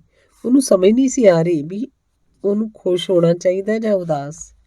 ਇੰਜੀਨੀਅਰ ਲੱਗਾ ਹੈ, ਉਹ ਤਾਂ ਆਪਣੇ ਵੱਲੋਂ ਹਾਂ ਕਰ ਗਿਆ। ਮਾਂ ਡਾਢੀ ਖੁਸ਼ ਸੀ। ਮਾਂ, ਮੈਨੂੰ ਪਹਿਲਾਂ ਕਿਉਂ ਨਹੀਂ ਦੱਸਿਆ? ਐਡੀ ਵੱਡੀ ਨੌਕਰੀ 'ਤੇ ਲੱਗੇ ਮੁੰਡੇ ਦਾ ਕੀ ਪਤਾ ਹੁੰਦਾ ਨਾ ਹੀ ਕਰ ਦੇਵੇ। ਸੋਚਿਆ ਜੇ ਕਿਤੇ ਕੋਈ ਇਹੋ ਜਿਹੀ ਗੱਲ ਹੋ ਗਈ ਤਾਂ ਕੁੜੀ ਦਾ ਦਿਲ ਨਾ ਖਰਾਬ ਹੋਵੇ। ਉਹ ਤੋਂ ਹੋਰ ਕੁਝ ਵੀ ਸੁਣਨਾ ਹੋਇਆ। ਨਾਲ ਦੇ ਕਮਰੇ 'ਚ ਜਾ ਕੇ ਉਹ ਮੰਜੇ 'ਤੇ ਡਿੱਗ ਪਈ। ਮਾਂ ਨੇ ਸੋਚਿਆ ਇਹੋ ਜਿਹੇ ਮੌਕਿਆਂ 'ਤੇ ਅਕਸਰ ਕੁੜੀਆਂ ਸ਼ਰਮਾਈ ਜਾਇਆ ਕਰਦੀਆਂ ਨੇ। ਕੋਈ ਬਹੁਤੀ ਗੱਲ ਨਹੀਂ। ਅੰਦਰ ਗਈ। ਜੀਤੀ ਨੂੰ ਸੱਦਣਾ ਵੀ ਠੀਕ ਨਾ ਸਮਝਿਆ ਤੇ ਬਾਹਰ ਆ ਕੇ ਕੰਮ ਧੰਦੇ ਲੱਗ ਗਈ। ਮੰਜੇ 'ਤੇ ਪਈ ਜੀਤੀ ਟਕ ਛੱਤ ਵੱਲ ਵੇਂਦੀ ਰਹੀ। ਉਹਨੇ ਰੋਣਾ ਚਾਹਿਆ ਪਰ ਰੋਣ ਨਾ ਆਇਆ। ਮੁਸਕਰਾ ਵੀ ਨਾ ਸਕੀ। ਉਂਝ ਹੀ ਖਾਲੀ ਖਾਲੀ ਨਜ਼ਰਾਂ ਨਾਲ ਛੱਤ ਨੂੰ ਵੇਂਦੀ ਰਹੀ, ਜਿਵੇਂ ਕਿਸੇ ਦੇ ਨਕਸ਼ਾਂ ਨੂੰ ਵੇਂਦੀ ਪਈ ਹੋਵੇ, ਜਿਵੇਂ ਕਿਸੇ ਦੇ ਮੂੰਹ ਤੋਂ ਕੁਝ ਪੜ੍ਹਨ ਦਾ ਯਤਨ ਕਰ ਰਹੀ ਹੋਵੇ। ਅੰਗ 7ਵਾਂ। ਉਹ ਤੋਂ ਦੂਜੇ ਹੀ ਦਿਨ ਉਹਨੂੰ ਦੀਪ ਦਾ ਇੱਕ ਖੱਤ ਮਿਲਿਆ। ਸੰਖੇਪ ਹੀ ਲਿਖਿਆ ਸੀ, ਮਨਜੀਤ, ਕੁਝ ਦਿਨਾਂ ਲਈ ਯੂਨੀਵਰਸਿਟੀ 'ਚ ਛੁੱਟੀਆਂ ਸਨ। ਅਸੀਂ ਇੱਥੋਂ ਭਾਰਤ ਤੋਂ ਆਏ 5 ਵਿਦਿਆਰਥੀ ਅਮਰੀਕਾ ਦੀ ਸੈਰ ਲਈ ਨਿਕਲ ਗਏ। 12 ਦਿਨਾਂ ਪਿੱਛੋਂ ਅੱਜ ਹੀ ਆਏ ਹਾਂ। ਇਹਨਾਂ 12 ਦਿਨਾਂ 'ਚ ਅਸੀਂ ਅਮਰੀਕਾ ਦੀ ਖੂਬਸੂਰਤੀ ਵੀ ਤੱਕੀ ਹੈ ਤੇ ਬਦਸੂਰਤੀ ਵੀ। ਖੂਬਸੂਰਤੀ ਜਿਹੜੀ ਕਿਰਤੀ ਹੱਥਾਂ ਨੇ ਧਰਤੀ ਦੀ ਹਿੱਕ 'ਤੇ ਸਿਰਜੀ, ਅਸਮਾਨ ਨੂੰ ਛੂੰਹਦੀਆਂ ਬਿਲਡਿੰਗਾਂ ਨੂੰ ਤੱਕਿਆ, ਇੱਥੋਂ ਦੇ ਝਿਲਮਿਲ ਕਰਦੇ ਸ਼ਹਿਰ ਤੇ ਸਾਇੰਸ ਦੀ ਤਕਨੀਕ, ਤੇ ਬਦਸੂਰਤੀ ਜਿਸ ਲਈ ਇੱਥੋਂ ਦਾ ਮੌਜੂਦਾ ਸਮਾਜਿਕ ਪ੍ਰਬੰਧ ਜ਼ਿੰਮੇਵਾਰ ਹੈ। ਦੁਨੀਆ ਦਾ ਅਮੀਰ ਮੁਲਕ ਹੋਣ 'ਤੇ ਵੀ ਇੱਥੇ ਬੇਕਾਰ ਹਨ। ਇੱਥੋਂ ਦਿਆਂ ਖੂਬਸੂਰਤ ਹੋਟਲਾਂ 'ਚ ਜਿਸਮ ਨੂੰ ਮੁੱਲ ਵਿਕਦਿਆਂ ਤੱਕਿਆ ਜਾ ਸਕਦਾ ਹੈ। ਇਸ ਸੱਭਿਅ ਕਹਾਉਣ ਵਾਲੇ ਮੁਲਕ 'ਚ ਨਸਲਵਾਦੀ ਅਸੱਭਿਅ ਘਟਨਾਵਾਂ ਵਾਪਰ ਰਹੀਆਂ ਨੇ। ਤੇ ਇਸ 12 ਦਿਨਾਂ ਦੀ ਅਮਰੀਕਾ ਸੈਰ ਨੇ ਮੇਰੀ ਇਸ ਦੇਸ਼ ਬਾਰੇ ਧਾਰਨਾ ਬਦਲ ਦਿੱਤੀ ਹੈ। ਸਰਮਾਏਦਾਰੀ ਸਮਾਜਿਕ ਪ੍ਰਬੰਧ ਬਾਰੇ ਧਾਰਨਾ ਬਦਲ ਦਿੱਤੀ ਹੈ। ਇਹ ਪ੍ਰਬੰਧ ਭਾਵੇਂ ਕਿੰਨੀਆਂ ਵੀ ਪ੍ਰਗਤੀ ਦੀਆਂ ਸਿਖਰਾਂ ਕਿਉਂ ਨਾ ਛੋਹ ਲਏ, ਪਰ ਗਰੀਬੀ, ਬੇਕਾਰੀ, ਬਦਕਾਰੀ, ਨਸਲਵਾਦ ਵਰਗੀਆਂ ਲਾਹਨਤਾਂ ਤੋਂ ਛੁਟਕਾਰਾ ਨਹੀਂ ਪਾ ਸਕਦਾ। ਅੱਜ ਕੱਲ੍ਹ ਮੈਂ ਫਰੈਡਰਿਕ ਇੰਗਲਸ ਦੀਆਂ ਲਿਖਤਾਂ ਪੜ੍ਹ ਰਿਹਾ। ਇਹ ਤੋਂ ਬਾਅਦ ਕਾਰਲ ਮਾਰਕਸ ਨੂੰ ਪੜ੍ਹਾਂਗਾ। ਬਾਕੀ ਫੇਰ ਕਦੇ ਲਿਖਾਂਗਾ। ਤੂੰ ਖਤ ਦਾ ਜਵਾਬ ਜ਼ਰਾ ਛੇਤੀ ਦੇ ਦਿਆ ਕਰ। ਕੁਛ ਦਿਨ ਤੇਰਾ ਖਤ ਨਾ ਆਏ ਤਾਂ ਮੈਂ ਪਤਾ ਨਹੀਂ ਕਿਉਂ ਉਦਾਸ ਹੋ ਜਾਣਾ। ਨਿੱਘੇ ਪਿਆਰ ਨਾਲ ਤੇਰਾ ਨਵਦੀਪ। ਕਿੰਨਾ ਹੀ ਚਿਰ ਉਹ ਖਤ ਦੀਆਂ ਹਰਫਾਂ 'ਚ ਗੁਆਚੀ ਰਹੀ। ਡਾਢੀ ਉਦਾਸ ਹੋ ਗਈ ਉਹ, ਤੇ ਫਿਰ ਕਾਪੀ 'ਚੋਂ ਕਾਗਜ਼ ਪਾੜ ਕੇ ਉਹਨੂੰ ਲਿਖਣ ਬਹਿ ਗਈ। ਨਵਦੀਪ, ਅੱਜ ਡਾਢੀ ਉਦਾਸ ਸਾਂ। ਇੰਨੀ ਵੀ ਜੀ ਕਰ ਰਿਹਾ ਮਰ ਜਾਵਾਂ। ਜੀ ਕੇ ਵੀ ਕੀ ਕਰਾਂਗੀ? ਕੁਝ ਵੀ ਚੰਗਾ ਨਹੀਂ ਲੱਗਦਾ। ਕੁਝ ਵੀ ਆਪਣਾ ਨਹੀਂ ਲੱਗ ਰਿਹਾ। ਸਾਰਾ ਕੁਝ ਓਪਰਾ ਓਪਰਾ, ਬੇਗਾਨਾ ਬੇਗਾਨਾ ਲੱਗਦਾ। ਦੀਪ, ਮੇਰਾ ਜਿਸਮ ਦੀ ਵਿਕਰੀ ਲਈ ਨੁਮਾਇਸ਼ ਲਾਈ ਗਈ ਸੀ ਤੇ ਖਰੀਦਦਾਰ ਨੇ ਮੈਨੂੰ ਪਸੰਦ ਕਰ ਲਿਆ। ਮੈਨੂੰ ਨਹੀਂ, ਸੱਚ ਮੇਰੇ ਜਿਸਮ ਨੂੰ, ਮੇਰੇ ਮਾਸ ਨੂੰ। ਉਹਨਾਂ ਨੂੰ ਤਾਂ ਗੋਰੀ ਚਮੜੀ ਚਾਹੀਦੀ ਸੀ। ਉਹ ਚਾਹੇ ਕਿਸੇ ਮਨਜੀਤ ਦੀ ਹੋਵੇ ਤੇ ਚਾਹੇ ਉਸ ਜਿਹੀ ਕਿਸੇ ਹੋਰ ਕੁੜੀ ਦੀ। ਉਹ ਕਿਸੇ ਵੀ ਕੁੜੀ ਦਾ ਜਿਸਮ ਹੋ ਸਕਦਾ। ਇੱਕ ਗੱਲ ਦੱਸਾਂ, ਸਾਡੇ ਪਿੰਡ ਤੋਂ 10 ਕੋਹਾਂ ਤੇ ਵਿਸਾਖੀ ਨੂੰ ਇੱਕ ਬੜਾ ਭਾਰੀ ਮੇਲਾ ਲੱਗਦਾ ਹੈ। ਪਸ਼ੂਆਂ ਦੀ ਮੰਡੀ ਵੀ ਲੱਗਦੀ ਹੈ ਤੇ ਉੱਥੋਂ ਕੋਈ ਲੋੜਵੰਦ ਆਪਣੀ ਪਸੰਦ ਅਨੁਸਾਰ ਪਸ਼ੂ ਖਰੀਦ ਲਿਆਉਂਦੇ ਨੇ। ਅੱਜ ਮੈਂ ਸੋਚਦੀ ਪਈ ਹਾਂ, ਮੇਰਾ ਵੀ ਤਾਂ ਇੰਝ ਹੀ ਸੌਦਾ ਹੋਇਆ ਹੈ। ਗਾਹਕਾਂ ਨੂੰ ਮੇਰਾ ਜਿਸਮ ਪਸੰਦ ਆ ਗਿਆ। ਮੇਰੀ ਕਿਸੇ ਨੇ ਰਾਏ ਤੱਕ ਨਹੀਂ ਪੁੱਛੀ, ਦੱਸਿਆ ਤੱਕ ਨਹੀਂ। ਇੰਝ ਜਿਵੇਂ ਮੈਂ ਹੱਡ ਮਾਸ ਦੀ ਕੋਈ ਪੁਤਲੀ ਹੋਵਾਂ, ਜਿਹਦੇ ਆਪਣੇ ਕੋਈ ਅਰਮਾਨ ਨਹੀਂ ਹੁੰਦੇ, ਆਪਣਾ ਕੋਈ ਚਾਅ ਨਹੀਂ ਹੁੰਦਾ, ਆਪਣਾ ਕੋਈ ਵਿਅਕਤਿਤਵ ਨਹੀਂ ਹੁੰਦਾ। ਕੁਝ ਹੋਰ ਵੀ ਦੱਸਦੇ ਆ। ਮੁੰਡਾ ਇੰਜੀਨੀਅਰ ਲੱਗਾ ਹੈ, ਉਂਝ ਦੇਖਣ ਨੂੰ ਵੀ ਮਾੜਾ ਨਹੀਂ। ਕੁਝ ਪਲ ਤੇ ਮੈਂ ਵੀ ਉਹਨੂੰ ਤੱਕ ਕੇ ਉਹਦੇ ਬਾਰੇ 'ਚ ਸੋਚਣ ਲੱਗ ਪਈ ਸਾਂ। ਕਿੰਨਾ ਹੀ ਚਿਰ ਖਿੜਕੀ ਦੀਆਂ ਚੀਥਾਂ ਵਿੱਚ ਹੀ ਮੈਂ ਉਹਨੂੰ ਨਾਲ ਦੇ ਕਮਰੇ 'ਚ ਬੈਠੇ ਨੂੰ ਤੱਕਦੀ ਰਹੀ ਸਾਂ। ਉਹਨੂੰ ਜਾਂਦੇ ਨੂੰ ਤੱਕਦਿਆਂ ਮੇਰੇ ਮਨ 'ਚ ਸੱਚੀ ਇੱਕ ਹੌਕਾ ਉੱਠਿਆ ਸੀ। ਪਰ ਉਹ ਸਾਰਾ ਕੁਝ ਮੈਨੂੰ ਇੱਕ ਕੁੜੀ ਦੇ ਤੌਰ 'ਤੇ ਚੰਗਾ ਲੱਗਿਆ ਸੀ। ਇਹ ਸਾਰਾ ਕੁਝ ਮੈਂ ਇੱਕ ਵਿਅਕਤਿਤਵ ਦੇ ਤੌਰ 'ਤੇ ਸੋਚਿਆ ਸੀ। ਪਰ ਹਕੀਕਤ ਸਾਹਮਣੇ ਕੁਝ ਹੋਰ ਹੀ ਤਰ੍ਹਾਂ ਆਈ। ਮੈਨੂੰ ਦੱਸਿਆ ਗਿਆ ਕਿ ਉਹ ਮੈਨੂੰ ਵੇਖਣ ਆਇਆ ਸੀ, ਉਹਨੂੰ ਮੈਂ ਪਸੰਦ ਸੀ ਤੇ ਉਹ ਹਾਂ ਕਹਿ ਗਿਆ। ਭਲਾ ਕਿਸੇ ਨੂੰ ਤੱਕ ਕੇ ਕਿਸੇ ਬਾਰੇ ਕੀ ਸੋਚਿਆ ਜਾ ਸਕਦਾ ਹੈ? ਕੀ ਪਸੰਦ ਕੀਤਾ ਜਾ ਸਕਦਾ ਹੈ। ਮੈਂ ਡਾਢੀ ਉਦਾਸੀ 'ਚ ਹਾਂ, ਸਮਝ ਨਹੀਂ ਆ ਰਹੀ ਕੀ ਕਰਾਂ। ਪਤਾ ਨਹੀਂ ਕਿਉਂ ਮਰਨ ਲਈ ਚਿੱਤ ਕਰਦਾ ਪਿਆ ਹੈ। ਮੈਂ ਤੇਰੇ ਬੋਲਾਂ ਨੂੰ ਸਹਿਕ ਰਹੀ ਹਾਂ, ਤੇਰੇ ਹਰਫਾਂ ਨੂੰ ਉਡੀਕ ਰਹੀ ਹਾਂ। ਖਤ ਛੇਤੀ ਪਾ ਦੇਈਂ, ਸ਼ਾਇਦ ਕੋਈ ਜਿਉਣ ਦਾ ਬਹਾਨਾ ਮਿਲ ਜਾਏ। ਤੇਰੇ ਖਤ ਦੀ ਉਡੀਕ 'ਚ ਤੇਰੀ ਮਨਜੀਤ। ਅੰਗ 8ਵਾਂ। ਪੇਕਿਆਂ ਤੋਂ ਜਣੇਪਾ ਕੱਟ ਕੇ ਆਈ ਗੀਤੂ ਕੁਝ ਦਿਨ ਰਹੀ, ਆਪਣੇ ਸਹੁਰੇ ਘਰ ਰਹੀ ਤੇ ਫਿਰ ਦਲਬੀਰ ਨਾਲ ਜਾਣ ਲਈ ਤਿਆਰ ਹੋ ਪਈ। ਸਾਰਾ ਹੀ ਟੱਬਰ ਉਸ ਦਿਨ ਬੇਹੱਦ ਰੁੱਝਾ ਰਿਹਾ ਸਮਾਨ ਬੰਨਣ ਵਿੱਚ। ਸਮਾਨ ਨੂੰ ਲਾਗਲੇ ਬੱਸ ਅੱਡੇ ਤੱਕ ਖੜਨ ਲਈ ਤੁਰਨ ਲੱਗਿਆਂ ਗਲਵੱਕੜੀ 'ਚ ਘੁੱਟ ਉਹਨੇ ਜੀਤੀ ਨੂੰ ਆਖਿਆ, ਚਿੱਠੀ ਦਾ ਜਵਾਬ ਦੇ ਦਿਆ ਕਰੇਂਗੀ? ਜੇ ਪਾਇਆ ਕਰੇਂਗੀ ਤਾਂ। ਜੀਤੀ ਉਹਦੀਆਂ ਅੱਖਾਂ 'ਚ ਤੱਕ ਮੁਸਕਰਾ ਪਈ ਤੇ ਫਿਰ ਉਹ ਚਲੀ ਗਈ। ਦਲਬੀਰ ਵੀ ਚਲਾ ਗਿਆ। 2 ਕੁ ਮਹੀਨਿਆਂ ਦਾ ਗੋਬੜਾ ਜਿਹਾ ਸੁਰਿੰਦਰ ਵੀ ਚਲਾ ਗਿਆ। ਕਿੰਨਾ ਹੀ ਚਿਰ ਜੀਤੀ ਵਿਹੜੇ 'ਚ ਖੜੀ ਮੋਹ ਭਿੱਜੀਆਂ ਅੱਖਾਂ ਨਾਲ ਉਹਨਾਂ ਨੂੰ ਜਾਂਦਿਆਂ ਤੱਕਦੀ ਰਹੀ। ਕੋਲ ਹੀ ਖੜੀ ਰਾਮੂ ਵੀ ਜਾਂਦਿਆਂ ਨੂੰ ਤੱਕਦੀ ਰਹੀ ਸੀ ਤੇ ਜਦੋਂ ਅੱਖਾਂ ਤੋਂ ਓਹਲੇ ਹੋ ਗਏ ਤਾਂ ਉਹਨੇ ਰਾਮੂ ਨੂੰ ਪੁੱਛਿਆ, ਮਾਂ, ਮੈਂ ਨਿੰਮੋ ਹੋਰਾਂ ਦੇ ਘਰ ਵੱਲ ਹੋ ਆਵਾਂ? ਹੋ ਆ। ਪਰ ਪਤਾ ਨਹੀਂ ਉਹਨੂੰ ਕੀ ਹੋਇਆ, ਤੁਰੀ ਤੁਰੀ ਜਾਂਦੀ ਵਿਹੜੇ 'ਚੋਂ ਮੁੜ ਆਈ। ਕੀ ਗੱਲ ਗਈ ਨਹੀਂ? ਮਾਂ ਵੀ ਹੈਰਾਨ ਸੀ ਵੀ ਉਹ ਮੁੜ ਕਿਉਂ ਆਈ। ਕੀ ਜਾਣਾ, ਫਿਰ ਕਿਸੇ ਦਿਨ ਹੋ ਆਵਾਂਗੀ। ਤੇ ਉਹ ਅੰਦਰ ਲੰਘ ਗਈ। ਕਿਤਾਬ 'ਚ ਤੈਅ ਕਰ ਰੱਖਿਆ ਨਵਦੀਪ ਦਾ ਕਿੰਨੇ ਹੀ ਦਿਨ ਪਹਿਲਾਂ ਆਇਆ ਖਤ ਕੱਢ ਮੁੜ ਪੜ੍ਹਨ ਲੱਗੀ। ਕਿੰਨੀ ਵਾਰ ਉਸ ਖਤ ਨੂੰ ਪੜ੍ਹ ਚੁੱਕੀ ਸੀ। ਹਰ ਵਾਰ ਹੀ ਪੜ੍ਹ ਚੁੱਕਣ ਤੋਂ ਬਾਅਦ ਉਹਨੂੰ ਲੱਗਦਾ ਜਿਵੇਂ ਕੁਝ ਪੜ੍ਹਨ ਨੂੰ ਅਜੇ ਵੀ ਰਹਿ ਗਿਆ ਹੈ, ਜਿਵੇਂ ਕੁਝ ਪੜ੍ਹਨ ਵਾਲਾ ਉਸ 'ਚੋਂ ਛੱਡ ਹੋ ਗਿਆ ਹੈ। ਖਤ ਕਾਫੀ ਲੰਬਾ ਸੀ। ਉਸ ਲਿਖਿਆ ਸੀ, ਮਨਜੀਤ, ਕੁਝ ਦਿਨ ਹੋਏ ਤੇਰਾ ਖਤ ਮਿਲਿਆ, ਪੜ੍ਹਿਆ ਤਾਂ ਮੈਂ ਵੀ ਉਦਾਸ ਹੋ ਗਿਆ। ਉਸ ਦਿਨ ਮੇਰਾ ਯੂਨੀਵਰਸਿਟੀ ਜਾਣ ਨੂੰ ਵੀ ਚਿੱਤ ਨਾ ਕੀਤਾ। ਸਾਰਾ ਹੀ ਦਿਨ ਮੈਂ ਹੋਸਟਲ ਦੇ ਆਪਣੇ ਕਮਰੇ 'ਚ ਪਿਆ ਖਤ ਨੂੰ ਬਾਰ-ਬਾਰ ਪੜ੍ਹਦਾ ਰਿਹਾ, ਸੋਚਦਾ ਰਿਹਾ। ਸਮਝ ਨਹੀਂ ਸੀ ਆ ਰਹੀ ਕੀ ਕਰਾਂ, ਕੀ ਲਿਖਾਂ। ਤੇਰਾ ਖਤ ਮਿਲਣ ਤੋਂ ਕੁਝ ਹੀ ਦਿਨ ਪਹਿਲਾਂ ਸਾਡੀ ਯੂਨੀਵਰਸਿਟੀ ਦੇ ਫਿਲਾਸਫੀ ਵਿਭਾਗ ਦੀ ਇੱਕ ਖੋਜ ਸਕਾਲਰ ਕੁੜੀ ਨੇ ਜ਼ਹਿਰ ਖਾ ਕੇ ਆਤਮ ਹੱਤਿਆ ਕਰ ਲਈ ਸੀ। ਯੂਨੀਵਰਸਿਟੀ ਦੇ ਰਜਿਸਟਰਾਰ ਦੇ ਨਾਂ ਲਿਖ ਕੇ ਛੱਡੇ ਖਤ 'ਚ ਉਹਨੇ ਲਿਖਿਆ, ਮੈਂ ਆਪਣੀ ਮਰਜ਼ੀ ਨਾਲ ਆਤਮ ਹੱਤਿਆ ਕੀਤੀ ਹੈ ਤੇ ਇਸ 'ਚ ਨਿੱਜੀ ਤੌਰ ਤੇ ਕਿਸੇ ਦਾ ਕੋਈ ਦੋਸ਼ ਨਹੀਂ। ਤੇ ਅੱਗੇ ਆਪ ਹੀ ਆਤਮ ਹੱਤਿਆ ਕਰਨ ਬਾਰੇ ਵਿਸਥਾਰ ਨਾਲ ਲਿਖਦਿਆਂ ਉਹਨੇ ਆਖਿਆ, ਕਿਉਂਕਿ ਮੈਂ ਬਹੁਤੇ ਲੋਕਾਂ ਨੂੰ ਜਿਉਂਦਿਆਂ ਨਹੀਂ ਸਗੋਂ ਸਹਿਕ ਕੇ ਮਰਦਿਆਂ ਤੱਕਿਆ ਹੈ। ਮੌਤ ਦੀ ਉਡੀਕ 'ਚ ਦਿਨ ਲੰਘਾਉਂਦਿਆਂ ਤੱਕਿਆ ਹੈ। ਮੈਥੋਂ ਉਂਝ ਸਹਿਕ ਕੇ ਜੀਵਿਆ ਨਹੀਂ ਸੀ ਜਾ ਸਕਦਾ। ਮੌਤ ਦੀ ਉਡੀਕ ਨਹੀਂ ਸੀ ਕੀਤੀ ਜਾ ਸਕਦੀ, ਇਸ ਲਈ ਮੈਂ ਮਰ ਜਾਣ ਨੂੰ ਪਹਿਲ ਦਿੱਤੀ। ਮੈਨੂੰ ਨਿੱਜੀ ਤੌਰ ਤੇ ਕਿਸੇ ਤੇ ਕੋਈ ਗਿਲਾ ਨਹੀਂ, ਕਿਸੇ ਤੇ ਕੋਈ ਅਫਸੋਸ ਨਹੀਂ। ਮੇਰੀ ਮੌਤ ਦਾ ਜ਼ਿੰਮੇਵਾਰ ਜੇ ਕੋਈ ਹੈ ਤੇ ਉਹ ਮੌਜੂਦਾ ਸਮਾਜਿਕ ਪ੍ਰਬੰਧ ਹੈ। ਤੇ ਉਸ ਬਾਰੇ ਸ਼ੋਕ ਸਮਾਗਮ 'ਚ ਬੋਲਦਿਆਂ ਵਿਦਿਆਰਥੀ ਯੂਨੀਅਨ ਦੇ ਪ੍ਰਧਾਨ ਨੇ ਆਖਿਆ ਸੀ, ਸਾਨੂੰ ਮਰ ਗਈ ਉਸ ਸੋਹਣੀ ਕੁੜੀ ਦੇ ਸੋਹਣੇ ਮੂੰਹ ਦੀ ਸਹੁੰ ਜੇ ਅਸੀਂ ਇਸ ਗਲ ਸੜ ਚੁੱਕੇ ਨਿਜ਼ਾਮ ਨੂੰ ਬਦਲ ਦੇਣ ਲਈ ਨਹੀਂ ਤੁਰਦੇ, ਜੇ ਅਸੀਂ ਦੁਨੀਆ ਦੇ ਵਿਹੜੇ 'ਚ ਖਿਲਰੇ ਕੋਝ ਨੂੰ ਰੋੜ ਦੇਣ ਦਾ ਪ੍ਰਣ ਨਹੀਂ ਕਰਦੇ। ਉਹਨਾਂ ਲੋਕਾਂ ਨੂੰ ਇਤਿਹਾਸ ਕਦੇ ਮਾਫ਼ ਨਹੀਂ ਕਰਿਆ ਕਰਦਾ ਜਿਹੜੇ ਆਪਣੇ ਵੇਲੇ ਦੇ ਜਾਬਰਾਂ ਵਿਰੁੱਧ ਨਹੀਂ ਲੜਦੇ। ਆਉਣ ਵਾਲੀਆਂ ਨਸਲਾਂ ਉਹਨਾਂ ਨੂੰ ਸਦਾ ਨਫ਼ਰਤ ਦੀ ਨਿਗਾਹ ਨਾਲ ਤੱਕਿਆ ਕਰਦੀਆਂ ਨੇ। ਸ਼ਾਇਦ ਤੂੰ ਸੋਚਦੀ ਹੋਵੇਂ ਸਾਰੇ ਕੁਝ ਨੂੰ ਇੱਥੇ ਲਿਖਣ ਦਾ ਕੀ ਮਤਲਬ। ਮਨਜੀਤ, ਮੈਂ ਦੱਸਣਾ ਚਾਹੁੰਦਾ ਕਿ ਜ਼ਿੰਦਗੀ ਅੱਜ ਤੇਰੇ ਨਾਲ ਹੀ ਬੇਵਫਾ ਨਹੀਂ ਹੋਈ, ਇਹ ਅੱਜ ਹਰ ਇੱਕ ਨਾਲ ਬੇਵਫਾਈਆਂ ਕਰ ਰਹੀ ਹੈ। ਇੱਥੇ ਹਰ ਕੋਈ ਸਹਿਕ ਕੇ ਜਿਉਣ ਲਈ ਮਜਬੂਰ ਹੈ, ਸਿਵਾਏ ਕੁਝ ਉਹਨਾਂ ਦੇ ਜਿਹੜੇ ਲੋਕਾਂ 'ਚ ਨਹੀਂ ਆਉਂਦੇ, ਜਿਹੜੇ ਇਨਸਾਨਾਂ ਦੇ ਭੇਸ 'ਚ ਲੋਕਾਂ ਦਾ ਲਹੂ ਪੀ ਰਹੇ ਹੁੰਦੇ ਨੇ। ਮਨਜੀਤ, ਪੂਰਬ ਹੋਵੇ ਜਾਂ ਪੱਛਮ, ਜਿੱਥੇ ਵੀ ਲੁਟੇਰਾ ਪ੍ਰਬੰਧ ਸਮਾਜ ਤੇ ਕਾਬਜ਼ ਹੈ, ਉੱਥੇ ਹਰ ਥਾਂ ਹੀ ਔਰਤ ਗੁਲਾਮਾਂ ਵਰਗੀ ਜ਼ਿੰਦਗੀ ਬਤੀਤ ਕਰਦੀ ਪਈ ਹੈ। ਉਹਨੂੰ ਹੱਡ ਮਾਸ ਦੀ ਗੁੱਡੀ ਤੋਂ ਸਿਵਾਏ ਹੋਰ ਕੁਝ ਨਹੀਂ ਸਮਝਿਆ ਜਾਂਦਾ। ਜਿਹਦਾ ਕੰਮ ਮਰਦ ਦਾ ਮਨ ਪਰਚਾਵਾ ਹੈ, ਹੋਰ ਉਹਦੀ ਕੋਈ ਨਿੱਜੀ ਸ਼ਖਸੀਅਤ ਨਹੀਂ, ਕੋਈ ਆਜ਼ਾਦ ਹੋਂਦ ਨਹੀਂ। ਭਾਵੇਂ ਕਿੰਨੀਆਂ ਹੀ ਔਰਤ ਦੀ ਬਰਾਬਰੀ ਦੀਆਂ ਦੁਹਾਈਆਂ ਪਾਈਆਂ ਜਾਣ, ਪਰ ਉਹ ਸਾਰਾ ਕੁਝ ਇੱਕ ਢੋਂਗ ਹੈ, ਝੂਠ ਹੈ, ਜਿਹਦੇ ਪਰਦੇ ਪਾੜ ਕੇ ਔਰਤ ਨੂੰ ਜ਼ਿੰਦਗੀ ਦੇ ਸੰਘਰਸ਼ 'ਚ ਕੁੱਦਣਾ ਹੀ ਪਏਗਾ। ਮਨਜੀਤ, ਤੇਰਾ ਇੰਨਾ ਸੋਹਣਾ ਮੂੰਹ ਮਰ ਜਾਣ ਲਈ ਨਹੀਂ, ਜਿਉਣ ਵਾਸਤੇ ਹੈ। ਉਦਾਸ ਹੋਣ ਲਈ ਨਹੀਂ, ਹੱਸਣ ਲਈ ਹੈ।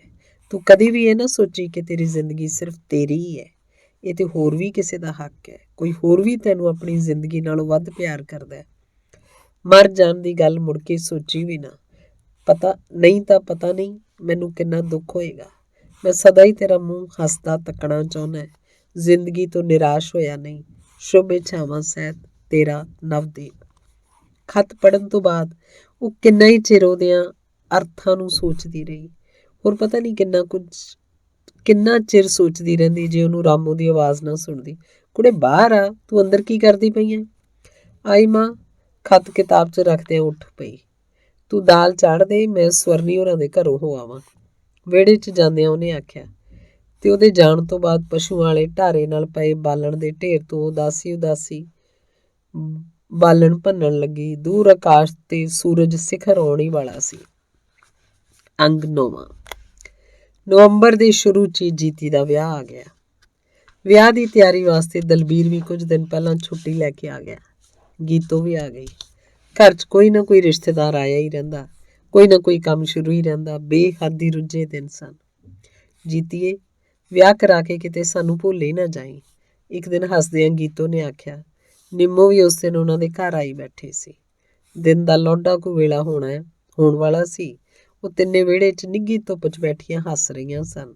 ਸਿਰ ਨਹਾ ਕੇ ਹਟੀ ਜੀਤੀ ਨੇ ਗਿੱਲੇ ਵਾਗ ਸੁਕਾਉਣ ਲਈ ਪਿੱਠ 'ਤੇ ਖਿਲਾਰੇ ਸਨ ਤੇ ਉਹਨਾਂ ਦੀਆਂ ਗੱਲਾਂ ਨਾਲ ਉਹ ਵੀ ਹੱਸ ਰਹੀ ਸੀ। ਜੀਤੀ ਸਾਨੂੰ ਯਾਦ ਕਿਉਂ ਰੱਖੇਗੀ? ਇਹਨੂੰ ਤਾਂ ਫਿਰ ਇੰਜੀਨੀਅਰ ਤੋਂ ਬਿਨਾਂ ਹੋਰ ਕੁਝ ਯਾਦ ਹੀ ਨਹੀਂ ਰਹਿਣਾ। ਨਿੰਮੋ ਹੱਸ ਪਈ। ਨਿੰਮੜੀਏ, ਤੂੰ ਚੁੱਪ ਕਰਦੀ ਹੈ ਕਿ ਨਹੀਂ? ਜੀਤੀ ਨੇ ਉਹਨੂੰ ਘੂਰਦਿਆਂ ਆਖਿਆ, ਪਰ ਤਾਂ ਵੀ ਬਦੋ ਬਦੀ ਉਹਦੀਆਂ ਬੁੱਲੀਆਂ ਮੁਸਕਰਾ ਪਈਆਂ। ਆਹੋ, ਮਾਤੜਾਂ ਦੀਆਂ ਗੱਲਾਂ ਹੁਣ ਤੈਨੂੰ ਚੰਗੀਆਂ ਕਿੱਥੋਂ ਲੱਗਣੀਆਂ? ਨਿੰਮੋ ਨੇ ਆਪਾ ਜ਼ਬਤ ਕਰ ਵਿਚਾਰਾ ਜਿਹਾ ਮੂੰਹ ਬਣਾ ਲਿਆ। ਤਦੋਂ ਰਾਮੂ ਆ ਗਈ ਤੇ ਆਖਣ ਲੱਗੀ, ਨਿੰਮੋ, ਕੱਲ ਲੋਡੇ ਵੇਲੇ ਆਪਣੀ ਮਾਂ ਨੂੰ ਭੇਜੀ, ਉਹਨੂੰ ਆਖੀ ਜ਼ਰੂਰ ਸੱਦਿਆ। ਅੱਛਾ ਤਾਈ। ਇੰਜੀ ਰੁੱਝੇ ਹੱਸਦੇ ਦਿਨ ਬੀਤਦੇ ਗਏ ਤੇ ਆਖਰ ਉਹ ਦਿਨ ਵੀ ਆ ਗਿਆ ਜਿਹਦੀ ਉਡੀਕ ਸੀ, ਜਿਹਦੀ ਤਿਆਰੀ ਲਈ ਸਭ ਕੁਝ ਕੀਤਾ ਜਾ ਰਿਹਾ ਸੀ। ਬਰਾਤ ਆਈ, ਲਾਵਾਂ ਹੋਈਆਂ। ਜੀਤੀ ਨੂੰ ਸਮਝ ਨਹੀਂ ਸੀ ਆ ਰਹੀ ਇਹ ਸਭ ਕੁਝ ਕੀ ਹੋ ਰਿਹਾ, ਕਾਹਤੋਂ ਹੋ ਰਿਹਾ।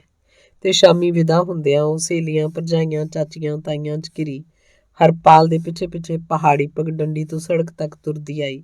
ਅੱਗੇ ਟੈਕਸੀ ਖੜੀ ਸੀ। ਕੁਝ ਸ਼ਗਨਾਂ ਤੋਂ ਬਾਅਦ ਉਹਨੂੰ ਟੈਕਸੀ 'ਚ ਬਿਠਾਇਆ ਗਿਆ। ਟੈਕਸੀ ਤੁਰ ਪਈ। ਸਭ ਕੁਝ ਪਿੱਛੇ ਰਹਿੰਦਾ ਜਾ ਰਿਹਾ ਸੀ। ਸਭ ਕੁਝ ਹੀ ਦੂਰ ਹੁੰਦਾ ਜਾ ਰਿਹਾ ਸੀ। ਉਹ ਸਾਰਾ ਕੁਝ ਜਿਹਦੇ ਨਾਲ ਉਹਦੀ ਬੇਹੱਦ ਹੀ ਨੇੜੇ ਦੀ ਸਾਂਝ ਸੀ। ਰੇ ਦੀਆਂ ਜੂਹਾਂ ਪਿੱਛੇ ਰਹਿ ਗਈਆਂ ਸੀ। ਰੇ ਜਿਹੜਾ ਉਹਦਾ ਆਪਣਾ ਪਿੰਡ ਸੀ, ਜਿਹਦੀਆਂ ਜੂਹਾਂ 'ਚ ਖੇਡਦਿਆਂ ਉਹ ਜਵਾਨ ਹੋਈ ਸੀ, ਜਿਹਦੀ ਹੁਸੀਨ ਵਾਦੀ 'ਚ ਕੋਇਲ ਦੀਆਂ ਹੂਕਾਂ ਗੂੰਜਦੀਆਂ, ਮੋਰ ਪੈਲਾਂ ਪਾਉਂਦੇ ਤੇ ਕਬੂਤਰ ਕਲਾਬਾਜ਼ੀਆਂ ਖਾਂਦੇ ਸਨ, ਜਿਹਦੀਆਂ ਪਗਡੰਡੀਆਂ ਤੇ ਅਟਖੇਲੀਆਂ ਕਰਦਿਆਂ ਉਹਨੇ ਜ਼ਿੰਦਗੀ ਨੂੰ ਇਸ਼ਕ ਕੀਤਾ ਸੀ, ਸੁਪਨੇ ਲਏ ਸਨ। ਉਹ ਸਾਰਾ ਕੁਝ ਹੋਰ ਦੂਰ ਹੁੰਦਾ ਜਾ ਰਿਹਾ ਸੀ। ਉਤਰਾਈਆਂ ਚੜ੍ਹਾਈਆਂ ਚੜ੍ਹਦੀ, ਵਲ ਵਿੰਗ ਖਾਂਦੀ ਪਹਾੜੀ ਸੜਕ 'ਤੇ ਟੈਕਸੀ ਤੇਜ਼ੀ ਨਾਲ ਆਪਣੀ ਮੰਜ਼ਿਲ ਵੱਲ ਭੱਜੀ ਜਾ ਰਹੀ ਸੀ। ਸੁਪਨੇ ਤੇ ਪਰਛਾਵੇਂ ਨੋਵਲ ਦਾ ਤੀਸਰਾ ਭਾਗ, ਪਹਿਲਾ ਅੰਕ। ਮੁਕਲਾਵੇ ਆਈ ਜੀਤੀ ਨੇ ਆਪਣੇ ਸਹੁਰੇ ਘਰ ਪੈਰ ਪਾਇਆ ਤਾਂ ਭਾਬੀ ਕਰਦੀਆਂ ਉਹਦੀਆਂ ਦੋਹਾਂ ਨਨਾਣਾਂ ਨੇ ਉਹਨੂੰ ਹੱਥਾਂ 'ਤੇ ਚੁੱਕ ਲਿਆ। ਗਲਵੱਕੜੀ 'ਚ ਘੁੱਟ ਉਹਨੂੰ ਡਾਢੇ ਸਨੇਹ ਨਾਲ ਮਿਲੀਆਂ। ਰੰਗੀਲੇ ਪਲੰਗ 'ਤੇ ਬਿਠਾ ਗੁਰਮੀਤੋ ਤਾਂ ਉਹਦੇ ਅੱਗੇ ਪਿੱਛੇ ਇਉਂ ਫਿਰਦੀ ਰਹੀ ਜਿਵੇਂ ਉਹਨੇ ਕੋਈ ਅਣਮੁੱਲੀ ਵਸਤੂ ਤੱਕੀ ਹੋਵੇ, ਜਿਵੇਂ ਉਹਨੇ ਕੋਈ ਅਨੋਖੀ ਚੀਜ਼ ਵੇਖੀ ਹੋਵੇ। ਵਿਆਹ ਕੇ ਆਈ ਨੂੰ ਤਾਂ ਰਿਸ਼ਤੇਦਾਰਾਂ ਦੇ ਜਮ ਘਟੇ 'ਚ ਉਹਨੂੰ ਚੱਜ ਨਾਲ ਪਤਾ ਹੀ ਨਹੀਂ ਸੀ ਲੱਗਾ ਵੀ ਕੌਣ ਉਹਦਾ ਕੀ ਲੱਗਦਾ ਹੈ, ਕਿਹਨੂੰ ਉਹਨੇ ਕੀ ਕਹਿਣਾ। ਬਸ ਜਿਵੇਂ ਲਾਗੇ ਬੈਠੀ ਉਹਦੀ ਸੱਸ ਕਹੀ ਜਾ ਰਹੀ ਸੀ ਉਵੇਂ ਉਹ ਕਰੀ ਜਾਂਦੀ। ਹਰ ਕੋਈ ਜਿਹਨੇ ਉਹਦਾ ਮੂੰਹ ਤੱਕਿਆ ਉਹਦੇ ਮੂੰਹੋਂ ਪਹਿਲਾ ਬੋਲ ਇਹੋ ਹੀ ਨਿਕਲਿਆ, ਵਹੁਟੀ ਤਾਂ ਚੰਨ ਵਰਗੀ ਸੋਹਣੀ ਹੈ। ਤੇ ਬੋਲ ਸੁਣਦਿਆਂ ਪਤਾ ਨਹੀਂ ਕਿਉਂ ਉਹਦੇ ਦਿਲ 'ਚ ਖਿਝ ਜਿਹੀ ਆਉਂਦੀ ਸੀ। ਉਹਨੂੰ ਲੱਗਦਾ ਜਿਵੇਂ ਉਹਦੇ ਮਾਸ ਨੂੰ ਜਾਂਚਿਆ ਜਾ ਰਿਹਾ ਹੋਵੇ। ਉਹਦੀ ਥਾਂ ਕੋਈ ਹੋਰ ਸੋਹਣੀ ਕੁੜੀ ਹੁੰਦੀ ਤਾਂ ਵੀ ਉਹਨਾਂ ਇਹੋ ਹੀ ਆਖਣਾ ਸੀ, ਇਵੇਂ ਚਾਮਲਾਰ ਕਰਨੇ ਸੀ। ਉਹਦਾ ਵੀ ਕੋਈ ਵਿਅਕਤਿਤਵ ਹੈ, ਇਹਦੇ ਬਾਰੇ ਕਿਸੇ ਨੇ ਕੁਝ ਨਾ ਆਖਿਆ। ਹਰ ਕਿਸੇ ਨੇ ਉਹਦੇ ਕੱਦ ਕਾਠ ਦੀ ਸਿਫਤ ਕੀਤੀ, ਉਹਦੇ ਰੂਪ ਦੀ ਸਿਫਤ ਕੀਤੀ। ਪਤਾ ਨਹੀਂ ਕਿਉਂ ਉਹਦਾ ਜੀਅ ਕੀਤਾ ਕਿ ਉਹ ਆਪਣੇ ਮੂੰਹ 'ਤੇ ਕਾਲਖ ਮਲ ਲਵੇ। ਪਲੰਗ 'ਤੇ ਬੈਠੀ ਨੂੰ ਉਹਨੂੰ ਕਈ ਸੋਚਾਂ ਆ ਰਹੀਆਂ ਸਨ, ਆਪਣੇ ਵਿਆਹ 'ਚ ਹੋਏ ਰੀਤੀ ਰਿਵਾਜ਼ਾਂ ਦੀਆਂ, ਆਪਣੀਆਂ ਸਹੇਲੀਆਂ ਦੀਆਂ, ਦੀਪ ਦੀਆਂ, ਤੇ ਫਿਰ ਸਾਹਮਣੇ ਬੈਠੇ ਹਰਪਾਲ 'ਤੇ ਆ ਕੇ ਉਹਦੀਆਂ ਸਾਰੀਆਂ ਸੋਚਾਂ ਅਟਕ ਗਈਆਂ। ਸੋਫੇ 'ਤੇ ਬੈਠਾ ਉਹਨੂੰ ਡਾਢੀਆਂ ਮੂੰਹ ਭਿੱਜੀਆਂ ਅੱਖਾਂ ਨਾਲ ਤੱਕ ਰਿਹਾ ਸੀ। ਤਰਕਾਲਾਂ ਪੈ ਗਈਆਂ, ਸੂਰਜ ਡੁੱਬ ਗਿਆ, ਹਨੇਰਾ ਪਲੋਪਲੀ ਵਧਣ ਲੱਗਾ। ਜੀਤੀ ਪਲੰਗ 'ਤੇ ਬੈਠੀ ਰਹੀ ਜਿਵੇਂ ਉਹ ਕੋਈ ਗੁੱਡੀ ਹੋਵੇ, ਜਿਵੇਂ ਉਹਦੇ ਲਈ ਫਿਰਨਾ ਤੁਰਨਾ ਮਨਾ ਹੋਵੇ। ਰਾਤੀ ਉਹਦੇ ਨਾਂ ਚਾਹੁੰਦਿਆਂ ਵੀ ਗੁਰਮੀਤੋ ਨੇ ਬਦੋ ਬਦੀ ਉਹਦੇ ਅੱਗੇ ਰੋਟੀ ਲਿਆ ਰੱਖੀ। ਨਾ ਚਾਹੁੰਦਿਆਂ ਵੀ ਗੁਰਮੀਤੋ ਦੀ ਪਿਆਰੀ ਜ਼ਿੱਦ ਸਾਹਮਣੇ ਉਹਨੂੰ ਰੋਟੀ ਖਾਣੀ ਪਈ। ਭਾਬੀ ਤੇਰਾ ਜੀਅ ਤੇ ਨਹੀਂ ਉੱਧਰ ਦਾ? ਗੱਲ ਕਰਦੀ ਗੁਰਮੀਤੋ ਦੀਆਂ ਅੱਖਾਂ ਹੱਸ ਰਹੀਆਂ ਸੀ ਤੇ ਉਹਦੀਆਂ ਅੱਖਾਂ 'ਚ ਤੱਕ ਕੇਵਲ ਮੁਸਕਰਾ ਕੇ ਰਹਿ ਗਈ ਸੀ। ਤੇ ਫਿਰ ਉਹਨੂੰ ਉਹਦੇ ਕਮਰੇ 'ਚ ਸਜੇ ਪਲੰਗ ਤੇ ਆ ਬਿਠਾਇਆ ਗਿਆ। ਕਮਰੇ 'ਚ ਹਰ ਚੀਜ਼ ਸਜੀ ਹੋਈ ਸੀ, ਹਰ ਚੀਜ਼ ਸ਼ਿੰਗਾਰੀ ਸੀ। ਸਜੇ ਕਮਰੇ 'ਚ ਸਜੇ ਪਲੰਗ ਤੇ ਉਹ ਗੁਰਮੀਤੋ ਨਾਲ ਸਜੀ ਫੱਬੀ ਬੈਠੀ ਸੀ। ਦੋਵੇਂ ਗੱਲਾਂ ਘੱਟ, ਸੋਚ ਜ਼ਿਆਦਾ ਰਹੀਆਂ ਸੀ। ਸੋਚਾਂ ਅਕਸਰ ਜਿਹੜੀਆਂ ਸਾਡੀਆਂ ਵਫਾਦਾਰ ਸਾਥੀ ਹੋਇਆ ਕਰਦੀਆਂ ਨੇ, ਸਾਡੇ ਪਰਛਾਵੇਂ ਵਾਂਗੂ, ਪਰ ਦੋਹਾਂ ਦੀਆਂ ਸੋਚਾਂ 'ਚ ਫਰਕ ਸੀ। ਇੱਕ ਦੀਆਂ ਸੋਚਾਂ ਅਲੜ ਸੀ, ਜਿਹੋ ਜਿਹੀਆਂ ਅਕਸਰ ਚੜ੍ਹਦੀ ਉਮਰ 'ਚ ਹੋਇਆ ਕਰਦੀਆਂ ਨੇ, ਜਿਹੜੀਆਂ ਚਾਵਾਂ ਦੀ ਸਤਰੰਗੀ ਪੀਂਘ ਤੇ ਹੁਲਾਰੇ ਲੈ ਲੈਂਦੀਆਂ, ਹੁਲਾਰੇ ਲੈਂਦਿਆਂ ਸੁਪਨੇ ਦੇ ਸੁਨਹਿਰੇ ਭਵਿੱਖ 'ਚ ਘੁੰਮਦੀਆਂ ਰਹਿੰਦੀਆਂ ਨੇ, ਜਿਨ੍ਹਾਂ 'ਚ ਹਰ ਪਲ ਜਿਉਂਦਾ ਹੋਇਆ ਕਰਦਾ, ਹਰ ਪਲ ਸੋਹਣਾ ਹੋਇਆ ਕਰਦਾ। ਤੇ ਦੂਸਰੀਆਂ ਦੀਆਂ ਸੋਚਾਂ ਰਾਂਗਲੀਆਂ ਹੋਣ ਤੇ ਵੀ ਦਰਿਆ ਦੀਆਂ ਲਹਿਰਾਂ ਵਾਂਗੂ ਬੇਪਰਵਾਹ ਨਹੀਂ ਸਨ। ਉਹਨਾਂ 'ਚ ਇੱਕ ਹਕੀਕਤ ਨੂੰ ਸਮਝਣ ਦਾ ਪ੍ਰਤੀਬਿੰਬ ਵੀ ਸੀ। ਭਾਬੀ ਇੱਕ ਗੱਲ ਦੱਸਾਂ, ਅੱਜ ਜਿਹੜੀ ਵੀ ਪਿੰਡ ਦੀ ਕੁੜੀ ਜਾਂ ਬੁੜੀ ਟੱਕਰੀ, ਹਰ ਇੱਕ ਦਿਆਂ ਬੁੱਲਾਂ ਤੇ ਇਹੋ ਸੀ, ਅੜੀਏ ਤੇਰੀ ਭਾਬੀ ਵਰਗੀ ਸੋਹਣੀ ਤਾਂ ਪੂਰੇ ਇਲਾਕੇ 'ਚ ਕੋਈ ਕੁੜੀ ਜਾਂ ਵਹੁਟੀ ਨਹੀਂ ਹੋਣੀ। ਡਾਢਾ ਹੀ ਰੂਪ ਹੈ। ਗੁਰਮੀਤੋ ਹੱਸ ਰਹੀ ਸੀ, ਉਹਦੇ ਬੋਲ ਵੀ ਉਹਦੇ ਚਿਹਰੇ ਵਾਂਗੂ ਹੱਸ ਰਹੇ ਸੀ। ਤੇ ਫਿਰ ਉਹ ਚਲੀ ਗਈ। ਉਹ ਹੁਣ ਇਕੱਲੀ ਰਹਿ ਗਈ। ਪਤਾ ਨਹੀਂ ਕਿਉਂ ਉਹਨੂੰ ਦੀਪ ਦੀਆਂ ਸੋਚਾਂ ਆ ਰਹੀਆਂ ਸਨ। ਵਿਆਹ ਤੋਂ ਲੈ ਕੇ ਸਾਰਾ ਹੀ ਸਮਾਂ ਪਤਾ ਨਹੀਂ ਕਿਉਂ ਹਰਪਾਲ ਦੇ ਨਕਸ਼ਾਂ 'ਚੋਂ ਦੀਪ ਦੇ ਨਕਸ਼ ਲੱਭਣ ਦਾ ਯਤਨ ਕਰਦੀ ਰਹੀ। ਹਰਪਾਲ ਵੀ ਆ ਗਿਆ। ਮਨਜੀਤ, ਉਹਨੇ ਸਨੇਹ ਨਾਲ ਆਖਿਆ। ਹਾਂ, ਪਰ ਦੂਜੇ ਪਲ ਉਹਨੂੰ ਖਿਆਲ ਆਇਆ, ਉਹਨੂੰ ਇੰਜ ਨਹੀਂ ਕਹਿਣਾ ਚਾਹੀਦਾ, ਉਹਨੂੰ ਹਾਂਜੀ ਕਹਿਣਾ ਚਾਹੀਦਾ, ਕਿਉਂਕਿ ਇਹੋ ਹੀ ਉਹਨੂੰ ਘਰਦਿਆਂ ਵੱਲੋਂ ਸਿਖਾਇਆ ਗਿਆ।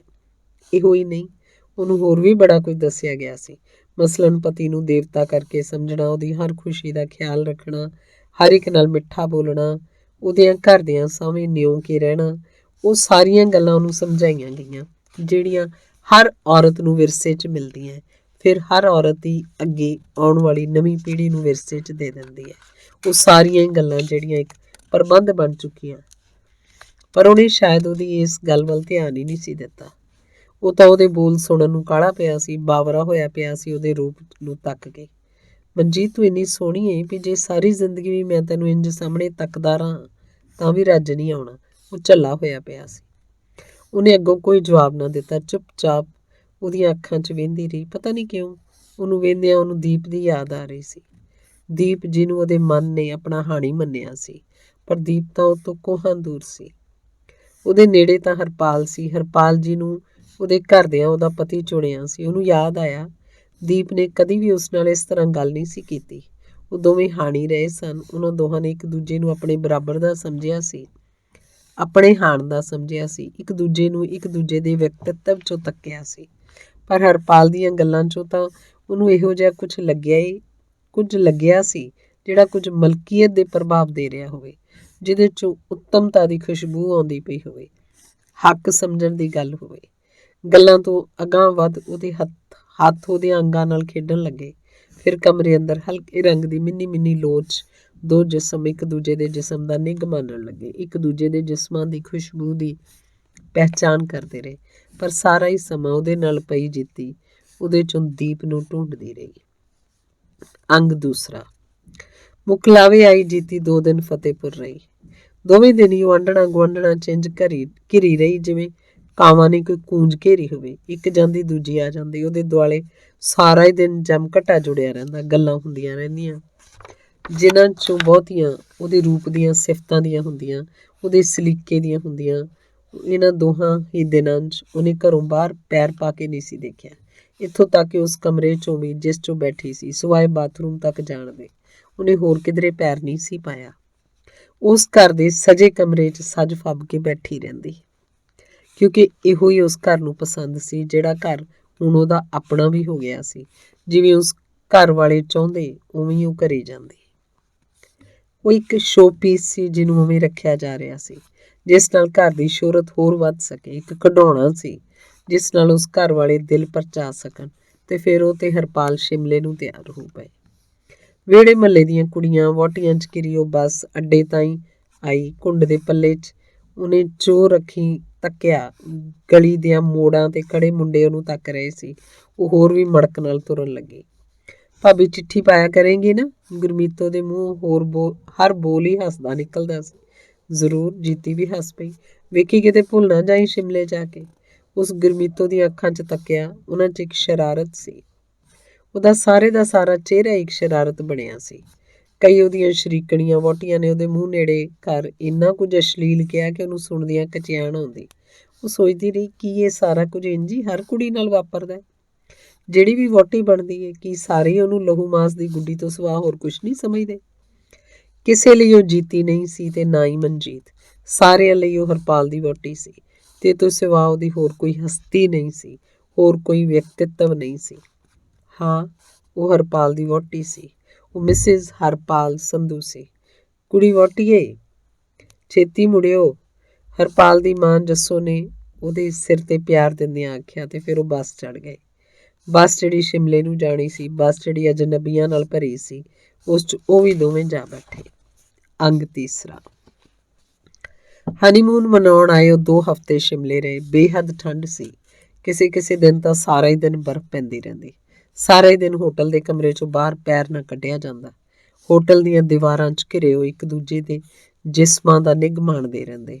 ਹਰਪਾਲ ਜੀਤੀ ਨੂੰ ਪਾ ਕੇ ਬੇਹੱਦ ਖੁਸ਼ ਸੀ। ਜੀਤੀ ਦੇ ਮਨ ਨੇ ਅਜੇ ਤਾਈਂ ਵੀ ਹਰਪਾਲ ਨੂੰ ਹਰਪਾਲ ਕਰਕੇ ਕਬੂਲਿਆ ਨਹੀਂ ਸੀ। ਉਹ ਹਰਪਾਲ 'ਚੋਂ ਦੀਪ ਦੇ ਨਕਸ਼ ਢੂੰਡਦੀ ਰਹਿੰਦੀ। ਉਹ ਵੀ ਖੁਸ਼ ਸੀ, ਪਰ ਉਹ ਇੰਨੀ ਨਹੀਂ ਕਿ ਉਹ ਤੋਂ ਖੁਸ਼ੀ ਸੰਭਾਲੀ ਨਾ ਜਾ ਸਕੇ। ਉਹ ਉਦਾਸ ਹੋਈ ਸੀ, ਪਰ ਇੰਨੀ ਨਹੀਂ ਕਿ ਉਹਦੇ ਚਿਹਰੇ ਤੋਂ ਕੋਈ ਹੋਰ ਉਹਦੀ ਉਦਾਸੀ ਨੂੰ ਪੜ੍ਹ ਸਕੇ, ਉਹਦੀਆਂ ਅੱਖਾਂ 'ਚੋਂ ਕੋਈ ਉਦਾਸੀ ਦੇ ਨਕਸ਼ਾਂ ਨੂੰ ਢੂੰਡ ਸਕੇ।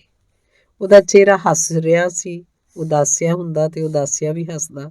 ਉਦਾਸੀਆਂ ਤੇ ਹਾਸਿਆਂ ਦਾ ਉਹਨੇ ਅਜੀਬ ਜਿਹਾ ਮਿਸ਼ਰਣ ਆਪਣੇ ਅੰਦਰ ਸਮਾ ਲਿਆ ਸੀ। ਇੱਕ ਦਿਨ ਸਵੇਰੇ 2 ਦਿਨਾਂ ਪਿੱਛੋਂ ਧੁੱਪ ਲੱਗੀ ਸੀ। ਬਰਫ਼ 'ਤੇ ਪੈਂਦੀਆਂ ਸੂਰਜ ਦੀਆਂ ਕਿਰਨਾਂ ਬੇਹੱਦ ਹੀ ਪਿਆਰੀਆਂ ਪਿਆਰੀਆਂ ਸੋਹਣੀਆਂ ਸੋਹਣੀਆਂ ਲੱਗਦੀਆਂ। ਸਾਰਾ ਕੁਝ ਹੀ ਪਿਆਰਾ ਪਿਆਰਾ ਸੋਹਣਾ ਸੋਹਣਾ ਹੋ ਗਿਆ ਸੀ, ਜਿਵੇਂ ਸ਼ਿਮਲਾ ਸੱਚਮੁੱਚ ਹੀ ਨਵੀਂ ਵਹੁਟੀ ਵਰਗਾ ਸਜਿਆ ਫੱਬਿਆ ਹੋਵੇ। ਮਨਜੀਤ, ਤਿਆਰ ਹੋ ਜਾ, ਅੱਜ ਅਸ਼ਵਨੀ ਹੋਰਾਂ ਦੇ ਚੱਲਣਾ। ਹੋਟਲ ਦੀ ਖਿੜਕੀ 'ਚੋਂ ਬਾਹਰ ਬਾਜ਼ਾਰ ਨੂੰ ਝਾਕਦਿਆਂ ਹਰਪਾਲ ਨੇ ਆਖਿਆ। ਅਸ਼ਵਨੀ ਉਹਦਾ ਦੋਸਤ ਸੀ। ਉਹਨਾਂ ਦੋਹਾਂ ਇਕੱਠਿਆਂ ਹੀ ਇੰਜੀਨੀਅਰਿੰਗ ਦੀ ਡਿਗਰੀ ਕੀਤੀ ਸੀ। ਇੱਥੇ ਉਹਨਾਂ ਦੀ ਕੋਠੀ ਸੀ। ਉਹਨਾਂ ਦਾ ਸਾਰਾ ਹੀ ਪਰਿਵਾਰ ਇੱਥੇ ਰਹਿੰਦਾ ਸੀ।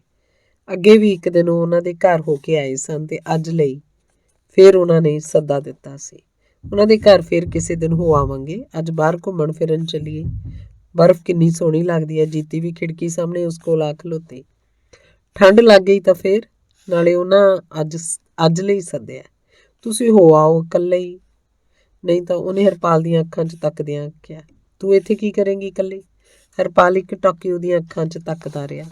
ਅੱਖਾਂ ਜਿਹੜੀਆਂ ਬੜੀਆਂ ਸੋਹਣੀਆਂ ਸਨ, ਅੱਖਾਂ ਜਿਹੜੀਆਂ ਬੜੀਆਂ ਪਿਆਰੀਆਂ ਪਿਆਰੀਆਂ ਲੱਗਦੀਆਂ ਸਨ। ਮੈਂ ਮਾਲ ਵੱਲ ਘੁੰਮ ਆਵਾਂਗੀ। ਜੀਤੀ ਦੀਆਂ ਅੱਖਾਂ 'ਚੋਂ ਇੱਕ ਵਿਅਕਤਿਤਵ ਝਲਕ ਰਿਹਾ ਸੀ। ਉਹਨਾਂ ਪੁੱਛਿਆ ਤਾਂ ਮੈਂ ਕੀ ਦੱਸਾਂਗਾ। ਉਧਰ ਫਿਰ ਕਿਸੇ ਦਿਨ ਘੁੰਮ ਆਵਾਂਗੇ। ਹਰਪਾਲ ਦੀਆਂ ਬੋਲਾਂ ਦੇ ਸਨੇਹ 'ਚ ਹੁਕਮ ਵੀ ਘੁਲਿਆ ਹੋਇਆ ਸੀ ਤੇ ਜੀਤੀ ਦੀਆਂ ਅੱਖਾਂ 'ਚੋਂ ਝਲਕਦਾ ਉਹਦੇ ਵਿਅਕਤਿਤਵ ਦਾ ਪਰਛਾਵਾਂ ਕਿਧਰੇ ਗਾਇਬ ਹੋ ਗਿਆ। ਉਹ ਫਿਰ ਮਿਸਿਜ਼ ਹਰਪਾਲ ਸੰਧੂ ਬਣ ਗਈ, ਜਿਹਦਾ ਕੰਮ ਸਿਰਫ ਮਨ ਪਰਚਾਵਾ ਸੀ, ਜਿਹੜੀ ਸ਼ੋਅ ਪੀਸ ਤੋਂ ਵੱਧ ਕੁਝ ਨਹੀਂ ਸੀ। ਆਦਮਕਦ ਸ਼ੀਸ਼ੇ ਸਾਹਮਣੇ ਆਪਣੇ ਆਪ ਨੂੰ ਸੰਵਾਰਦਿਆਂ ਪਤਾ ਨਹੀਂ ਕਿਉਂ ਉਹਨੂੰ ਦੀਪ ਦੀ ਡਾਢੀ ਯਾਦ ਆਈ। ਉਹਨੇ ਸ਼ੀਸ਼ੇ 'ਚੋਂ ਆਪਣੇ ਮੂੰਹ ਨੂੰ ਵੇਂਦਿਆਂ ਉਹਦੇ 'ਚੋਂ ਜੀਤੀ ਦੇ ਨਕਸ਼ ਲੱਭਣੇ ਚਾਹੇ, ਪਰ ਉਹਨੂੰ ਉਹਨਾਂ ਨਕਸ਼ਾਂ ਦਾ ਝੋਲਾ ਜਿਹਾ ਹੀ ਪਿਆ। ਉਹ ਸਾਰੀ ਦੀ ਸਾਰੀ ਸ਼ੀਸ਼ੇ ਸਾਹਮਣੇ ਬੈਠੀ ਮਿਸਿਜ਼ ਹਰਪਾਲ ਸੰਧੂ ਸੀ। ਮਿਸਿਜ਼ ਹਰਪਾਲ ਸੰਧੂ ਜੀ ਦਾ ਆਪਣਾ ਕੋਈ ਵਿਅਕਤਿਤਵ ਨਹੀਂ ਸੀ, ਜਿਹੜੀ ਹਰਪਾਲ ਦੀ ਪਤਨੀ ਸੀ, ਜਿਹਦੀ ਹਰ ਗੱਲ ਹਰਪਾਲ ਤੋਂ ਸ਼ੁਰੂ ਹੁੰਦੀ ਸੀ ਤੇ ਉਸੇ 'ਤੇ ਆ ਕੇ ਮੁੱਕ ਜਾਂਦੀ। ਉਹ ਸਾਰਾ ਹੀ ਦਿਨ ਉਹਦੀਆਂ ਅੱਖਾਂ ਉਦਾਸੀਆਂ ਉਦਾਸੀਆਂ ਰਹੀਆਂ। ਉਹਦੇ ਅੰਦਰਲੀ ਜੀਤੀ ਉਹਦੇ ਅੰਦਰ ਹੀ ਮੁੱਕਦੀ ਰਹੀ। ਉਧਰੋਂ ਮੁੜਦਿਆਂ ਤਰਕਾਲਾਂ ਪੈ ਗਈਆਂ। ਆਉਣ ਲੱਗਿਆ ਮਿਸਿਜ਼ ਅਸ਼ਵਨੀ ਨੇ ਉਹਨੂੰ ਬਾਹਾਂ 'ਚ ਘੁੱਟ ਲਿਆ ਤੇ ਹੱਸਦਿਆਂ ਮੂੰਹ ਉਹਦੇ ਨੇੜੇ ਕਰ ਆਖਿਆ, ਕਿਉਂ ਮਨਜੀਤ, ਅਜੇ ਤਾਈਂ ਨਹੀਂ? ਅਜੇ ਇਹ ਉਹਨਾਂ ਨੂੰ ਪਸੰਦ ਨਹੀਂ ਤੇ ਤੁਸੀਂ? ਉਹ ਅੱਗੋਂ ਮੁਸਕਰਾ ਪਈ। ਮੈਂ ਅਜੇ ਇਹੋ ਜਿਹੇ ਫਾਹੇ 'ਚ ਨਹੀਂ ਫਸਣਾ ਚਾਹੁੰਦੀ, ਨਾਲੇ ਉਹ ਵੀ ਨਹੀਂ ਚਾਹੁੰਦੇ ਵੀ ਇੰਨੀ ਛੇਤੀ ਬੱਚੇ ਹੋ ਜਾਣ। ਜ਼ਿੰਦਗੀ ਦੀ ਇੰਜੋਏਮੈਂਟ ਤਾਂ ਪਹਿਲਾਂ ਹੀ ਹੁੰਦੀ ਹੈ। ਫਿਰ ਤਾਂ ਕੋਲੂ ਦੇ ਬਲਦ ਵਾਂਗ ਗੇੜੇ ਦੇਣ ਵਾਲੀ ਗੱਲ ਹੈ। ਉਹ ਸਾਰੀ ਦੀ ਸਾਰੀ ਉਹਨੂੰ ਘੁੱਟੀ ਹੱਸ ਰਹੀ ਸੀ ਤੇ ਜੀਤੀ ਕਿੰਨਾ ਹੀ ਚਿਰ ਇੱਕ ਟੱਕ ਉਹਦੀਆਂ ਅੱਖਾਂ 'ਚ ਵੇਂਦੀ ਰਹੀ। ਉਹਨੂੰ ਸਾਰੀ ਦੀ ਸਾਰੀ ਮਿਸਿਜ਼ ਅਸ਼ਵਨੀ ਅਗਰਵਾਲ ਬਣ ਗਈ ਲੱਗੀ। ਉਹ ਉਸ 'ਚ ਕੁਝ ਵੀ ਉਹ ਬਾਕੀ ਨਹੀਂ ਸੀ ਬਚਿਆ, ਜਿਹੜਾ ਆਪਣੇ ਮਨ 'ਚ ਅਕਸਰ ਹਰ ਮੁਟਿਆਰ ਉਣਿਆਂ ਕਰਦੀ ਏ। ਵਿਆਹ ਤੋਂ ਪਹਿਲਾਂ ਵਾਲੀ ਮਾਲਤੀ ਦਾ ਕੋਈ ਵੀ ਨਕਸ਼ ਉਹਦੇ ਚਿਹਰੇ 'ਤੇ ਬਾਕੀ ਨਹੀਂ ਸੀ। ਮਾਲਤੀ ਜਿਹੜੀ ਵਿਆਹ ਤੋਂ ਪਹਿਲਾਂ ਸ਼ਿਮਲੇ ਦੇ ਸਰਕਾਰੀ ਹਸਪਤਾਲ 'ਚ ਨਰਸ ਸੀ ਤੇ ਮੁੜਦਿਆਂ ਹਰਪਾਲ ਨਾਲ ਤੁਰੀ, ਉਹ ਸਾਰੇ ਹੀ ਰਾਹ ਉਹਦੇ ਬਾਰੇ ਸੋਚਦੀ ਰਹੀ, ਆਪਣੇ ਬਾਰੇ ਸੋਚਦੀ ਰਹੀ, ਆਪਣੀ ਅਤੀਤ ਬਾਰੇ ਸੋਚਦੀ ਰਹੀ। ਅਤੀਤ ਜਿਹਦਾ ਰੰਗ ਕੁਝ ਦਿਨਾਂ 'ਚ ਹੀ ਧੁੰਦਲਾ ਹੋ ਗਿਆ ਸੀ। ਅਤੀਤ ਜਿਹੜਾ ਕੁਝ ਦਿਨਾਂ 'ਚ ਯੁੱਗਾਂ ਜਿੱਡੀ ਦੂਰ ਹੋ ਗਿਆ ਲੱਗਦਾ ਸੀ। ਅੰਗ ਚੌਥਾ।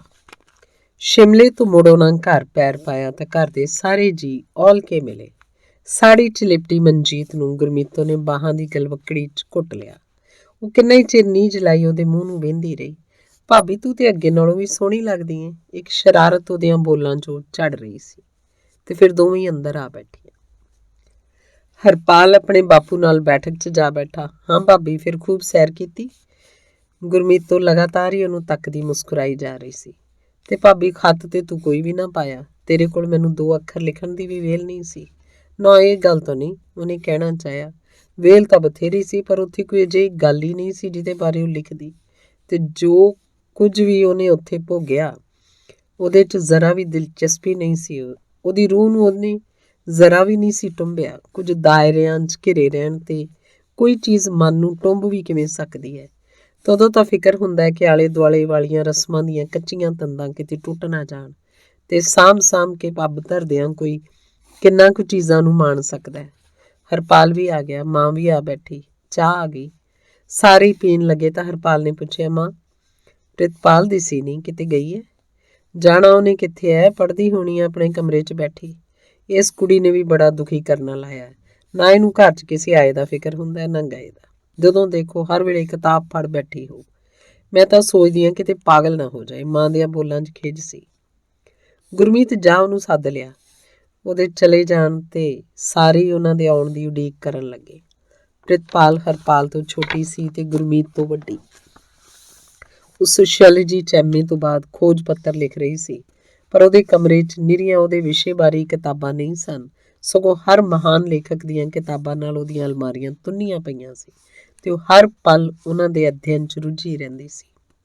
ਸਤਿ ਸ੍ਰੀ ਅਕਾਲ ਬੁਲਾ ਪ੍ਰਿਤਪਾਲ ਬਹਿ ਗਈ ਤਾਂ ਸਾਰੇ ਚਾਹ ਪੀਣ ਲੱਗ ਪਏ। ਨਾਲੋਂ ਨਾਲ ਗੱਲਾਂ ਚੱਲਦੀਆਂ ਰਹੀਆਂ। ਸਾਰੇ ਹੱਸਦੇ ਰਹੇ, ਪਰ ਉਹਨਾਂ ਨਾਲ ਗੱਲਾਂ ਕਰਦੀ ਵੀ ਪ੍ਰਿਤਪਾਲ ਖੋਈ ਜਿਹੀ ਰਹੀ। ਉਹਨਾਂ ਨਾਲ ਬੈਠ ਕੇ ਵੀ ਬੈਠੀ ਨਹੀਂ ਸੀ। ਉਹ ਪਤਾ ਨਹੀਂ ਕੀ ਸੋਚ ਰਹੀ ਸੀ। ਉਹਦੀਆਂ ਅੱਖਾਂ ਪਤਾ ਨਹੀਂ ਕੀ ਖਲਾਅ 'ਚ ਢੂੰਡ ਰਹੀਆਂ ਸੀ ਤੇ ਉਹਨੂੰ ਤੱਕਦਿਆਂ ਜੀਤੀ ਵੀ ਪਤਾ ਨਹੀਂ ਕਿਉਂ ਉਦਾਸ ਹੋ ਗਈ। ਪਤਾ ਨਹੀਂ ਕਿਉਂ ਉਹਨੂੰ ਦੀਪ ਦੀ ਯਾਦ ਆ ਗਈ। ਦੀਪ ਜਿਹੜਾ ਲੋਹੜੇ ਦਾ ਪਿਆਰ ਕਰਦਾ ਸੀ ਉਹਨੂੰ। 6-7 ਦਿਨ ਹੀ ਉਹ ਫਤਿਹਪੁਰ ਰਹੇ। ਹਰਪਾਲ ਦੀ ਛੁੱਟੀ ਮੁੱਕ ਗਈ। ਉਹ ਬਿਆਸ ਡੈਮ ਤੇ ਇੰਜੀਨੀਅਰ ਸੀ। ਜਾਣ ਤੋਂ ਇੱਕ ਦਿਨ ਪਹਿਲਾਂ ਰਾਤੀ ਜੀਤੀ ਨੇ ਆਖਿਆ, ਉੱਥੇ ਜਾ ਕੇ ਪਤਾ ਨਹੀਂ ਕਦ ਮੁੜ ਹੋਵੇ। ਮੇਰਾ ਘਰਦਿਆਂ ਨੂੰ ਮਿਲਣ ਨੂੰ ਜੀ ਕਰਦਾ ਸੀ। ਫਿਰ ਕਿਸੇ ਦਿਨ ਮਿਲ ਜਾਵਾਂਗੇ। ਉਹਨੇ ਬਾਹਾਂ ਦੀ ਗਲਵੱਕੜੀ 'ਚ ਉਹਨੂੰ ਹੋਰ ਘੁੱਟ ਲਿਆ। ਜੀਤੀ ਆਪਣੀ ਬਾਹਾਂ ਦੀ ਗਲਵੱਕੜੀ 'ਚ ਸਾਰੀ ਦੀ ਸਾਰੀ ਘੁੱਟੀ ਗਈ। 2 ਮਰਦਾਵੇਂ ਹੱਥ ਉਹਦੇ ਸਰੀਰ ਦਾ ਅੰਗ ਟਟੋਲਦੇ ਰਹੇ ਤੇ ਉਹ ਸੁਪਨਿਆਂ ਦੇ ਦੇਸ਼ 'ਚ ਸੋਚਾਂ ਦਾ ਪੈਂਡਾ ਗਾਉਂਦੀ ਰਹੀ। ਭਲਾ ਕੀ ਹੁੰਦਾ ਉਹਨਾਂ ਲੋਕਾਂ 'ਚ ਜਿਹੜੇ ਭੁਲਾਇਆ ਵੀ ਨਹੀਂ ਭੁੱਲਦੇ। ਦਿਲ ਉਹਨਾਂ ਦੀਆਂ ਯਾਦਾਂ 'ਚ ਡੁੱਬਿਆ ਰਹਿੰਦਾ ਹੈ ਤੇ ਦੂਜੇ ਪਾਸੇ ਉਹ ਵੀ ਹੈ ਜਿਹੜੇ ਸਭ ਕੁਝ ਹੁੰਦੇ ਹੋਏ ਵੀ ਮਨ ਦੇ ਰਿਸ਼ਤਿਆਂ 'ਚ ਕੋਈ ਥਾਂ ਨਹੀਂ ਮੱਲ ਸਕਦੇ। ਸੋਚ ਦੀਆਂ ਲਹਿਰਾਂ ਜਿਨ੍ਹਾਂ ਨੂੰ ਕਦੀ ਵੀ ਜ਼ਿੰਦਗੀ ਦਾ ਹਾਣੀ ਨਹੀਂ ਕਬੂਲਦੀਆਂ, ਉਹ ਸੋਚ ਰਹੀ ਸੀ। ਫਿਰ ਦੂਜੇ ਹੀ ਪਲ ਉਹਨੂੰ ਖਿਆਲ ਆਇਆ, ਹਾਣੀ ਤਾਂ ਉਹ ਹੋਇਆ ਕਰਦੇ ਨੇ ਜਿਨ੍ਹਾਂ ਨਾਲ ਇੱਕ ਸ਼ਖਸੀਅਤ ਦੇ ਤੌਰ ਤੇ ਸਾਂਝ ਵਧੀ ਹੋਵੇ, ਪਰ ਜਿਨ੍ਹਾਂ ਨਾਲ ਚਾਹੁੰਦਿਆਂ ਨਾ ਚਾਹੁੰਦਿਆਂ ਪੈਂਡਾ ਤੁਰਨਾ ਹੀ ਪਵੇ, ਉਹ ਹਾਣੀ ਕਿਵੇਂ ਹੋ ਸਕਦੇ ਨੇ। ਉਹਨੂੰ ਦੀਪ ਦੇ ਲਿਖੇ ਆਖਰੀ ਖੱਤ 'ਚੋਂ ਕੁਝ ਲਾਈਨਾਂ ਯਾਦ ਆਈਆਂ। ਰੁੱਖਾਂ ਬੂਟਿਆਂ ਦੀ ਉਚੇਰੀ ਪੜ੍ਹਾਈ ਲਈ ਆਇਆ ਨਵਦੀਪ ਹੁਣ ਸਮਾਜ ਦੇ ਡੂੰਘੇ ਅਧਿਐਨ ਵੱਲ ਪੈ ਗਿਆ। ਪਰ ਇਹਦਾ ਮਤਲਬ ਇਹ ਨਹੀਂ ਕਿ ਮੈਂ ਜਿਸ ਕੰਮ ਲਈ ਆਇਆ ਉਹ ਭੁੱਲ ਗਿਆ। ਨਹੀਂ, ਸਗੋਂ ਪਹਿਲਾਂ ਤੋਂ ਵੀ ਜ਼ਿਆਦਾ ਉਸ ਵੱਲ ਧਿਆਨ ਦੇ ਰਿਹਾ। ਸਿਰਫ ਅੱਗੇ ਜਿਹੜੀ ਵੇਲ ਵਾਸ਼ਿੰਗਟਨ ਦੇ ਬਾਜ਼ਾਰਾਂ 'ਚ ਫਿਰਦਿਆਂ ਬਤੀਤ ਕਰਦੀ ਸੀ, ਹੁਣ ਉਹ ਲਾਇਬ੍ਰੇਰੀ ਦੀ ਰੀਡਿੰਗ ਰੂਮ 'ਚ ਬਤੀਤ ਹੁੰਦੀ ਹੈ। ਤੇ ਅੱਜ ਕੱਲ੍ਹ ਮੈਂ ਇਸ ਦੁਨੀਆ 'ਚ ਖਿਲਰੇ ਕੋਝ ਖਿਲਾਰਨ ਵਾਲੇ ਹੱਥਾਂ ਬਾਰੇ ਅਧਿਐਨ ਕਰ ਰਿਹਾ। ਮਨਜੀਤ ਅੱਜ ਜ਼ਿੰਦਗੀ ਲੋਕਾਂ ਨਾਲ ਵਫਾ ਨਹੀਂ ਕਰ ਰਹੀ। ਪੀੜਾਂ ਦੇ ਲਾਵਿਆਂ ਨੂੰ ਦਿਲਾਂ ਅੰਦਰ ਸਾਂਭੀ ਅੱਜ ਲੋਕੀ ਜੀ ਨਹੀਂ ਰਹੇ, ਸਗੋਂ ਜ਼ਿੰਦਗੀ ਲਈ ਸਹਿਕ ਰਹੇ ਨੇ। ਚਿੰਤਾ ਦੀਆਂ ਪਰਛਾਵਿਆਂ ਹੇਠਾਂ ਹਰ ਪਲ ਲੰਘਦਾ ਹੈ ਤੇ ਇਹ ਇਤਿਹਾਸ ਦੀ ਨੰਗੀ ਚਿੱਟੀ ਸੱਚਾਈ ਹੈ। ਜਦੋਂ ਵੀ ਪੀੜਾਂ ਦੇ ਤੂਫਾਨਾਂ ਨੂੰ ਹਿੱਕਾਂ 'ਚ ਸਾਂਭਣ ਵਾਲੇ ਲੋਕਾਂ ਨੇ ਕਾਫਲਿਆਂ ਦਾ ਮੂੰਹ ਜ਼ਿੰਦਗੀ ਦੇ ਪਿੰਡ ਵੱਲ ਮੋੜ ਦਿੱਤਾ ਤਾਂ ਉਹਨਾਂ ਦੇ ਰਾਹਾਂ 'ਚ ਫਿਰ ਕੋਈ ਔਕੜ ਅੜ ਨਹੀਂ ਸਕਦੀ। ਫਿਰ ਉਹ ਆਪਣੀ ਜ਼ਿੰਦਗੀ ਦੇ ਆਪ ਮਾਲਕ ਹੁੰਦੇ ਆ ਤੇ ਆਪਣੀ ਤਕਦੀਰ ਦੇ ਆਪ ਘਾੜੇ। ਮਨਜੀਤ, ਇਹਨੂੰ ਤੂੰ ਮੇਰਾ ਆਖਰੀ ਖਾਤੀ ਸਮਝ ਲਈ, ਪਰ ਤੇਰੀ ਯਾਦ ਸਦਾ ਹੀ ਮੇਰੇ ਸੰਗ ਰਿਹਾ ਕਰੇਗੀ।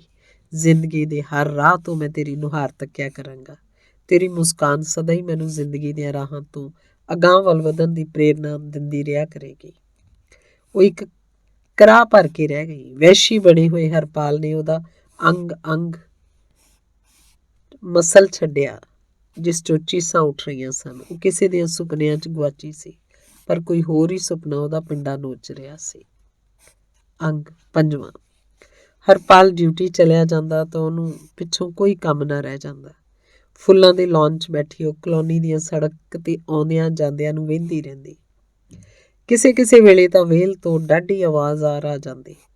ਕੋਈ ਵੀ ਕੰਮ ਨਹੀਂ ਸੀ ਜਿਹਨੂੰ ਕਰਦੀ, ਉਹ ਪਰਚੀ ਰਹਿੰਦੀ। ਇੱਕ ਦਿਨ ਉਹਨੇ ਹਰਪਾਲ ਨਾਲ ਰਸੋਈ ਦੇ ਮੁੰਡੂ ਨੂੰ ਹਟਾ ਦੇਣ ਬਾਰੇ ਗੱਲ ਕੀਤੀ ਤਾਂ ਉਹ ਕਿੰਨਾ ਹੀ ਚਿਰ ਉਹਦੀਆਂ ਅੱਖਾਂ 'ਚ ਵੇਂਹਦਾ ਰਿਹਾ। ਪਰ ਮੁੰਡੂ ਨੂੰ ਹਟਾ ਦੇਣ ਨਾਲ ਮੇਰਾ ਸਾਥੀ ਅਫਸਰਾਂ 'ਚ ਮਖੌਲ ਉੱਡੇਗਾ। ਉਹਨਾਂ ਆਖਣਾ ਵਿਆਹ ਕਰਵਾ ਕੇ ਕਿੰਨਾ ਕੰਜੂਸ ਹੋ ਗਿਆ। ਨਾਲੇ ਕੋਈ ਆਇਆ ਗਿਆ ਹੋਵੇ ਉਹਦੇ ਸਾਹਮਣੇ ਤੂੰ ਚਾਹ ਰੋਟੀ ਬਣਾਉਂਦੀ ਚੰਗੀ ਥੋੜ੍ਹਾ ਲੱਗਦੀ ਹੈ।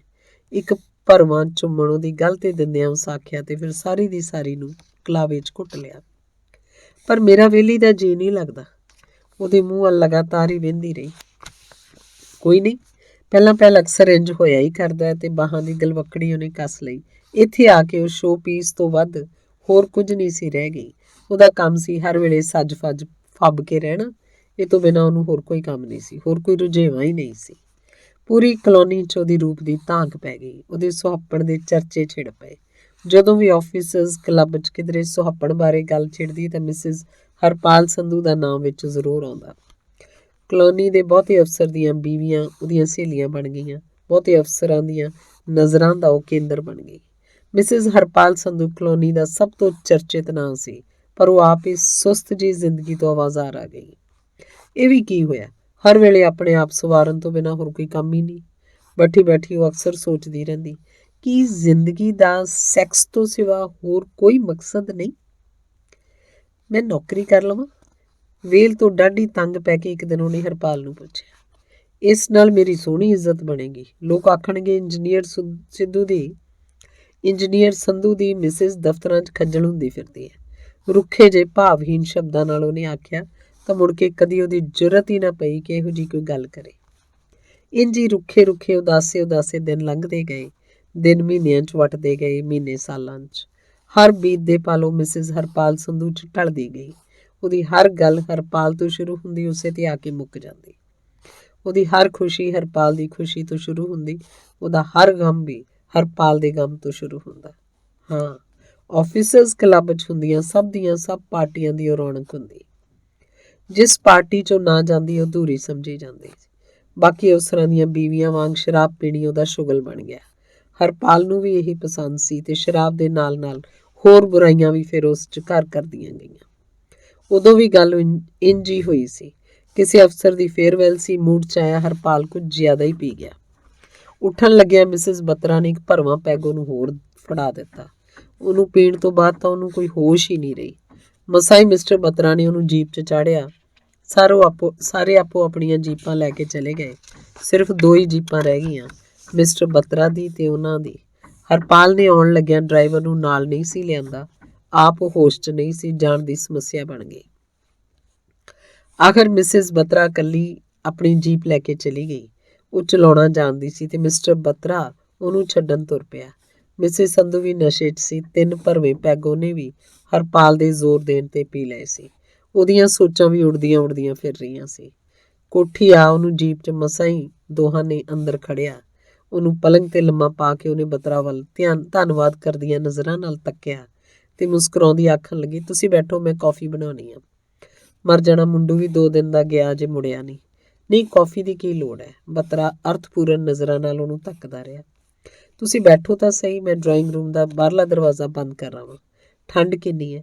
ਉਹ ਮੁੜੀ। ਸੌਣ ਵਾਲੇ ਕਮਰੇ ਦੇ ਨਾਲ ਡਰਾਇੰਗ ਰੂਮ ਸੀ।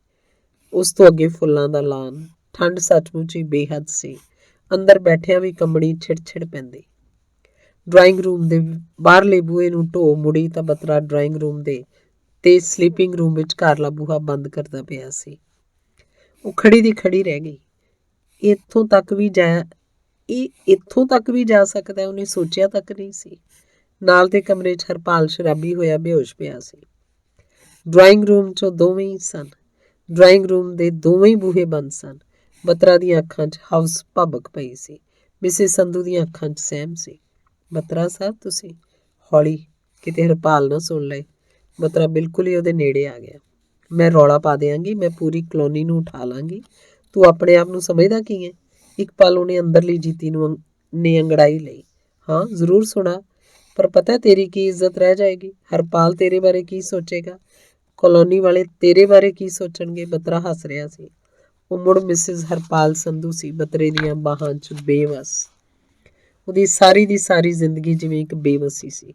ਕੁਝ ਪਲਾਂ ਬਾਅਦ ਉਹ ਦੋਵੇਂ ਸੋਫੇ ਤੇ ਪਏ ਸੀ। ਮਿਸਿਸ ਹਰਪਾਲ ਸੰਧੂ ਦੀਆਂ ਹਲਕੀਆਂ ਹਲਕੀਆਂ ਦੱਬੀਆਂ ਆਹਾਂ ਕਮਰੇ ਦੀ ਫਿਜ਼ਾ 'ਚ ਰਲ ਰਹੀਆਂ ਸਨ।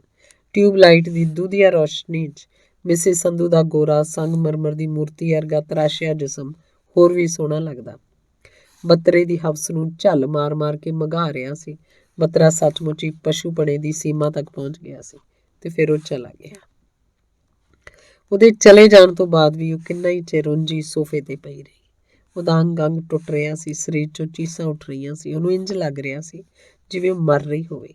ਕਿੰਨੇ ਹੀ ਚਿਰ ਬਾਅਦ ਉੱਠੀ ਤੇ ਉਂਝ ਹੀ ਆਦਮਕਦ ਸ਼ੀਸ਼ੇ ਸਾਹਮਣੇ ਜਾ ਖੜੀ ਹੋਈ। ਉਹਦੇ ਅੰਗ ਬਤਰੇ ਦੇ ਵਹਿਸ਼ੀਪੁਣੇ ਦੀ ਗਵਾਹੀ ਦੇ ਰਹੇ ਸੀ। ਤੇ ਫਿਰ ਹਰਪਾਲ ਵਾਲੇ ਕਮਰੇ ਦੀ ਚਿਟਕਣੀ ਖੋਲ ਉਹਨੇ ਅੰਦਰ ਤੱਕਿਆ। ਉਹ ਘੂਕ ਸੁੱਤਾ ਸੀ। ਕਾਰਪੈਟ ਦੇ ਇੱਕ ਪਾਸੇ ਪਏ ਕੱਪੜੇ ਚੁੱਕ ਕੇ ਉਹ ਪਾਉਣ ਲੱਗੀ। ਪਤਾ ਨਹੀਂ ਫਿਰ ਉਹਦੇ ਦਿਲ 'ਚ ਕੀ ਆਇਆ, ਉਹ ਬਾਥਰੂਮ 'ਚ ਜਾ ਵੜੀ। ਅੰਗ ਨੂੰ ਮਲ ਮਲ ਕੇ ਨਹਾਤੀ। ਕੱਪੜੇ ਪਾ ਸ਼ੀਸ਼ੇ 'ਚ ਆ ਕੇ ਤੱਕਿਆ, ਪਰ ਹੋਏ ਬੀਤੇ ਹਾਦਸੇ ਦੇ ਨਕਸ਼ੇ ਅਜੇ ਤਾਈਂ ਵੀ ਉਹਦੇ ਚਿਹਰੇ ਤੋਂ ਨਹੀਂ ਸੀ ਗਏ। ਤੇ ਫਿਰ ਮੇਕਅਪ ਕਰ ਉਹਨੇ ਹਾਦਸੇ ਦੇ ਸਾਰੇ ਨਕਸ਼ਾਂ ਨੂੰ ਚਿਹਰੇ ਤੋਂ ਲੁਕਾ ਲਿਆ। ਸਵੇਰੇ ਬੜੇ ਦਿਨਾਂ ਪਿੱਛੋਂ ਉਹਨੇ ਵਿਆਹ ਦੇ ਵੇਲੇ ਦੀ ਗੁਲਾਬੀ ਸਾੜੀ ਬੰਨੀ। ਆਪਣੇ ਆਪ ਨੂੰ ਸ਼ੀਸ਼ੇ 'ਚ ਤੱਕਿਆ, ਇੰਝ ਜਿਵੇਂ ਕੋਈ ਰਹਿ ਗਿਆ ਨੁਕਸ ਲੱਭਣਾ ਚਾਹੁੰਦੀ ਹੋਵੇ। ਪਰ ਕਿੰਨਾ ਹੀ ਚਿਰ ਗੌਰ ਨਾਲ ਤੱਕਣ ਤੇ ਵੀ ਆਪਣੇ ਆਪ ਤੇ ਕੁਝ ਅਜਿਹਾ ਨਜ਼ਰ ਨਾ ਆਇਆ ਜਿਹੜਾ ਰਾਤ ਦੇ ਹਾਦਸੇ ਦੀ ਚੁਗਲੀ ਕਰ ਰਿਹਾ ਹੋਵੇ। ਤੇ ਫਿਰ ਉਹ ਨਾਲ ਦੇ ਕਮਰੇ 'ਚ ਘੂਕ ਸੁੱਤੇ ਹਰਪਾਲ ਨੂੰ ਉਠਾਉਣ ਲਈ ਤੁਰ ਪਈ। ਬੈੱਡਰੂਮ ਦੀ ਸਾਹਮਣੀ ਕੰਧ ਤੇ ਲੱਗੇ ਕਲੌਕ ਦੀਆਂ ਸੂਈਆਂ 6:45 ਵਜਾ ਰਹੀਆਂ ਸਨ। ਅੰਗ 6ਵਾਂ। ਇੱਕ ਦਿਨ 11 ਕੁ ਵਜੇ ਉਹ ਲੌਨ 'ਚ ਧੁੱਪੇ ਬੈਠੀ ਸੀ। ਉੱਧਰੋਂ ਮਿਸਿਸ ਅਗਰਵਾਲ ਤੇ ਕਾਲੋਨੀ ਦੀ ਇੱਕ ਮੁਟਿਆਰ ਕੁੜੀ ਸੁਮਨ ਆ ਗਈ। ਕਿੰਨਾ ਹੀ ਚਿਰ ਤਿੰਨੇ ਗੱਲਾਂ ਮਾਰਦੀਆਂ ਰਹੀਆਂ। ਉਹ ਅੱਜ ਬੇਹੱਦ ਹਾਸੇ ਦੇ ਰੌਂਅ 'ਚ ਸੀ। ਬੀਤੇ ਦਿਨ ਦੀ ਨਵੀਂ ਆਂਦੀ ਕਾਲੀ ਸਾੜੀ 'ਚੋਂ ਪਟੋਲਾ ਬਣੀ ਪਈ ਸੀ। ਕਿੰਨਾ ਹੀ ਚਿਰ ਸੁਮਨ ਉਹਦੇ ਚਿਹਰੇ ਵੱਲ ਵੇਂਦੀ ਰਹੀ ਤੇ ਫਿਰ ਹੱਸਦੀ ਆਖਣ ਲੱਗੀ, ਭਾਬੀ ਜੇ ਤੂੰ ਬੰਬਈ 'ਚ ਪਲੀ ਹੁੰਦੀ ਤਾਂ ਸੱਚਮੁੱਚ ਫਿਲਮ ਐਕਟਰੈਸ ਹੁੰਦੀ। ਉਹਨਾਂ ਨੂੰ ਕਿਹੜਾ ਖੰਭ ਲੱਗੇ ਹੁੰਦੇ ਐ? ਮਿਸਿਸ ਅਗਰਵਾਲ ਮੁਸਕਰਾ ਪਈ। ਪਰ ਜੇ ਮੈਂ ਫਿਲਮ ਐਕਟਰੈਸ ਹੁੰਦੀ ਤਾਂ ਇੰਝ ਤੁਹਾਡੇ ਲਾਗੇ ਥੋੜ੍ਹਾ ਬੈਠੀ ਹੋਣੀ ਸੀ। ਮਿਸਿਸ ਹਰਪਾਲ ਸੰਧੂ ਦੀਆਂ ਬੁੱਲੀਆਂ ਮੁਸਕਰਾ ਰਹੀਆਂ ਸਨ। ਉਹਦੀ ਗੱਲ ਤੇ ਉਹ ਦੋਵੇਂ ਖਿੜਖਿੜ ਹੱਸ ਪਈਆਂ। ਹੱਸਦੀ ਸੁਮਨ ਦਾ ਕੋਲ ਪਈ ਅਖਬਾਰ ਤੇ ਧਿਆਨ ਪੈ ਗਿਆ। ਉਹ ਅਖਬਾਰ ਨੂੰ ਇੱਕ ਟੱਕ ਵੇਂਦੀ ਰਹਿ ਗਈ। ਫਿਰ ਅਖਬਾਰ ਚੁੱਕ ਕੇ ਉਹਨੇ ਨਜ਼ਰ ਉੱਤੇ ਗੱਡ ਦਿੱਤੀਆਂ। ਕਿੰਨਾ ਹੀ ਚਿਰ ਦੋਵੇਂ ਉਸ ਵੱਲ ਵੇਂਦੀਆਂ ਰਹੀਆਂ। ਆਖਰ ਉਹ ਤੋਂ ਨਾ ਹੀ ਰਿਹਾ ਗਿਆ। ਕੀ ਲੱਭ ਗਿਆ? ਨਹੀਂ ਤੈਨੂੰ ਬੜੀ ਨੀਝ ਲਾਈ ਹੈ, ਲੈ ਪੜ੍ਹ ਲੈ। ਆ ਮੁੰਡਾ ਸਾਡੇ ਕਾਲਜ ਪੜ੍ਹਦਾ ਈ। ਸੁਮਨ ਨੇ ਅਖਬਾਰ ਉਸ ਵੱਲ ਕੀਤੀ। ਕਿਉਂ, ਤੈਨੂੰ ਪਸੰਦ ਤਾਂ ਨਹੀਂ ਕਿਤੇ? ਉਹਦੀਆਂ ਅੱਖਾਂ 'ਚ ਸ਼ੋਖੀ ਸੀ। ਪਸੰਦ ਦਾ ਕੀ ਹੈ? ਉਸ ਤੇ ਤਾਂ ਸਾਰੇ ਕਾਲਜ ਦੀਆਂ ਕੁੜੀਆਂ ਮਰਦੀਆਂ। ਪਰ ਕਿਸੇ ਵੱਲ ਅੱਖਾਂ ਚੁੱਕ ਕੇ ਵੇਖੇ ਵੀ? ਸੁਮਨ ਦੇ ਬੋਲਾਂ 'ਚ ਹਸਰਤ ਸੀ। ਉਹਨੇ ਫੋਟੋ ਤੱਕੀ ਤਾਂ ਉਹਨੂੰ ਆਪਣੀਆਂ ਅੱਖਾਂ ਤੇ ਇਤਬਾਰ ਹੀ ਨਾ ਆਇਆ। ਕਿੰਨਾ ਹੀ ਚਿਰ ਗੌਰ ਨਾਲ ਫੋਟੋ ਤੱਕਦੀ ਰਹੀ। ਫੋਟੋ ਰਾਜੇਸ਼ ਦੀ ਸੀ। ਰਾਜੇਸ਼ ਜਿਹੜਾ ਉਹਦਾ ਜਮਾਤੀ ਰਹਿ ਚੁੱਕਾ ਸੀ ਤੇ ਫੋਟੋ ਦੇ ਹੇਠਾਂ ਲਿਖਿਆ ਸੀ, mister Rajesh Kumar MA final, ਜਿਹੜਾ ਦੇਸ਼ ਭਰ 'ਚ ਹੋਏ ਇੰਟਰਵਰਸਿਟੀ ਐਥਲੈਟਿਕ ਮੁਕਾਬਲਿਆਂ 'ਚ ਅੱਵਲ ਰਿਹਾ। ਕਿੰਨਾ ਹੀ ਚਿਰ ਉਹ ਫੋਟੋ ਦੇ ਹੇਠਾਂ ਲਿਖੇ ਸ਼ਬਦਾਂ 'ਚ ਗੁਆਚੀ ਰਹੀ। ਉਹਨੂੰ ਬੀਤੇ ਦਿਨਾਂ ਦੀ ਯਾਦ ਆ ਗਈ। ਕੁਝ ਵੀ ਨਹੀਂ ਸੀ ਬਦਲਿਆ। ਉਂਝ ਦੇ ਉਂਝ ਉਹਦੇ ਨਕਸ਼ ਸਨ। ਸਿਰਫ ਦਾੜੀ ਹੋਣ ਕਰਕੇ ਮੂੰਹ ਕੁਝ ਭਰਿਆ ਭਰਿਆ ਲੱਗਦਾ ਸੀ। ਉਹਨੂੰ ਆਪਣੇ ਅੰਦਰੋਂ ਇੱਕ ਚੀਜ਼ ਸੁੱਟਦੀ ਹੋਈ ਮਹਿਸੂਸ ਹੋਈ, ਪਰ ਉਹਨੇ ਸਭ ਕੁਝ ਅੰਦਰ ਹੀ ਘੁੱਟ ਲਿਆ। ਸਾਰਾ ਹੀ ਸਮਾਂ ਉਹਨਾਂ ਲਾਗੇ ਬੈਠੀ ਉਹ ਖੋਈ ਗੁਆਚੀ ਰਹੀ। ਤੇ ਜਦੋਂ ਚਲੀਆਂ ਗਈਆਂ ਤਾਂ ਮੁੜ ਉਹਨੇ ਅਖਬਾਰ ਫੜ ਲਈ। ਰਾਜੇਸ਼ ਦੇ ਨਕਸ਼ਾਂ 'ਚੋਂ ਬੀਤਿਆਂ ਦਿਨਾਂ ਨੂੰ ਯਾਦ ਕਰਦਿਆਂ ਉਹਦੀਆਂ ਅੱਖਾਂ ਭਰ ਆਈਆਂ। ਕਿੰਨੇ ਚੰਗੇ ਦਿਨ ਸਨ ਉਦੋਂ। ਇੱਕ ਪਲ ਲਈ ਉਹਨੇ ਸੋਚਿਆ ਤੇ ਫਿਰ ਹੰਝੂਆਂ ਨੂੰ ਪੂੰਝਦੀ ਬਾਕੀ ਅਖਬਾਰ ਪੜ੍ਹਨ ਲੱਗੀ। ਪਹਿਲੇ ਹੀ ਸਫ਼ੇ ਤੇ ਇੱਕ ਮੋਟੀ ਸੁਰਖੀ ਸੀ, ਵਿਦਿਆਰਥੀਆਂ ਵੱਲੋਂ ਜਾਬਰ ਰਾਜ ਮਸ਼ੀਨਰੀ ਵਿਰੁੱਧ ਰੋਹ ਭਰਿਆ ਮੁਜ਼ਾਹਰਾ। ਤੇ ਹੇਠਾਂ ਵਿਸਥਾਰ 'ਚ ਲਿਖਿਆ ਸੀ, 22 ਮਾਰਚ।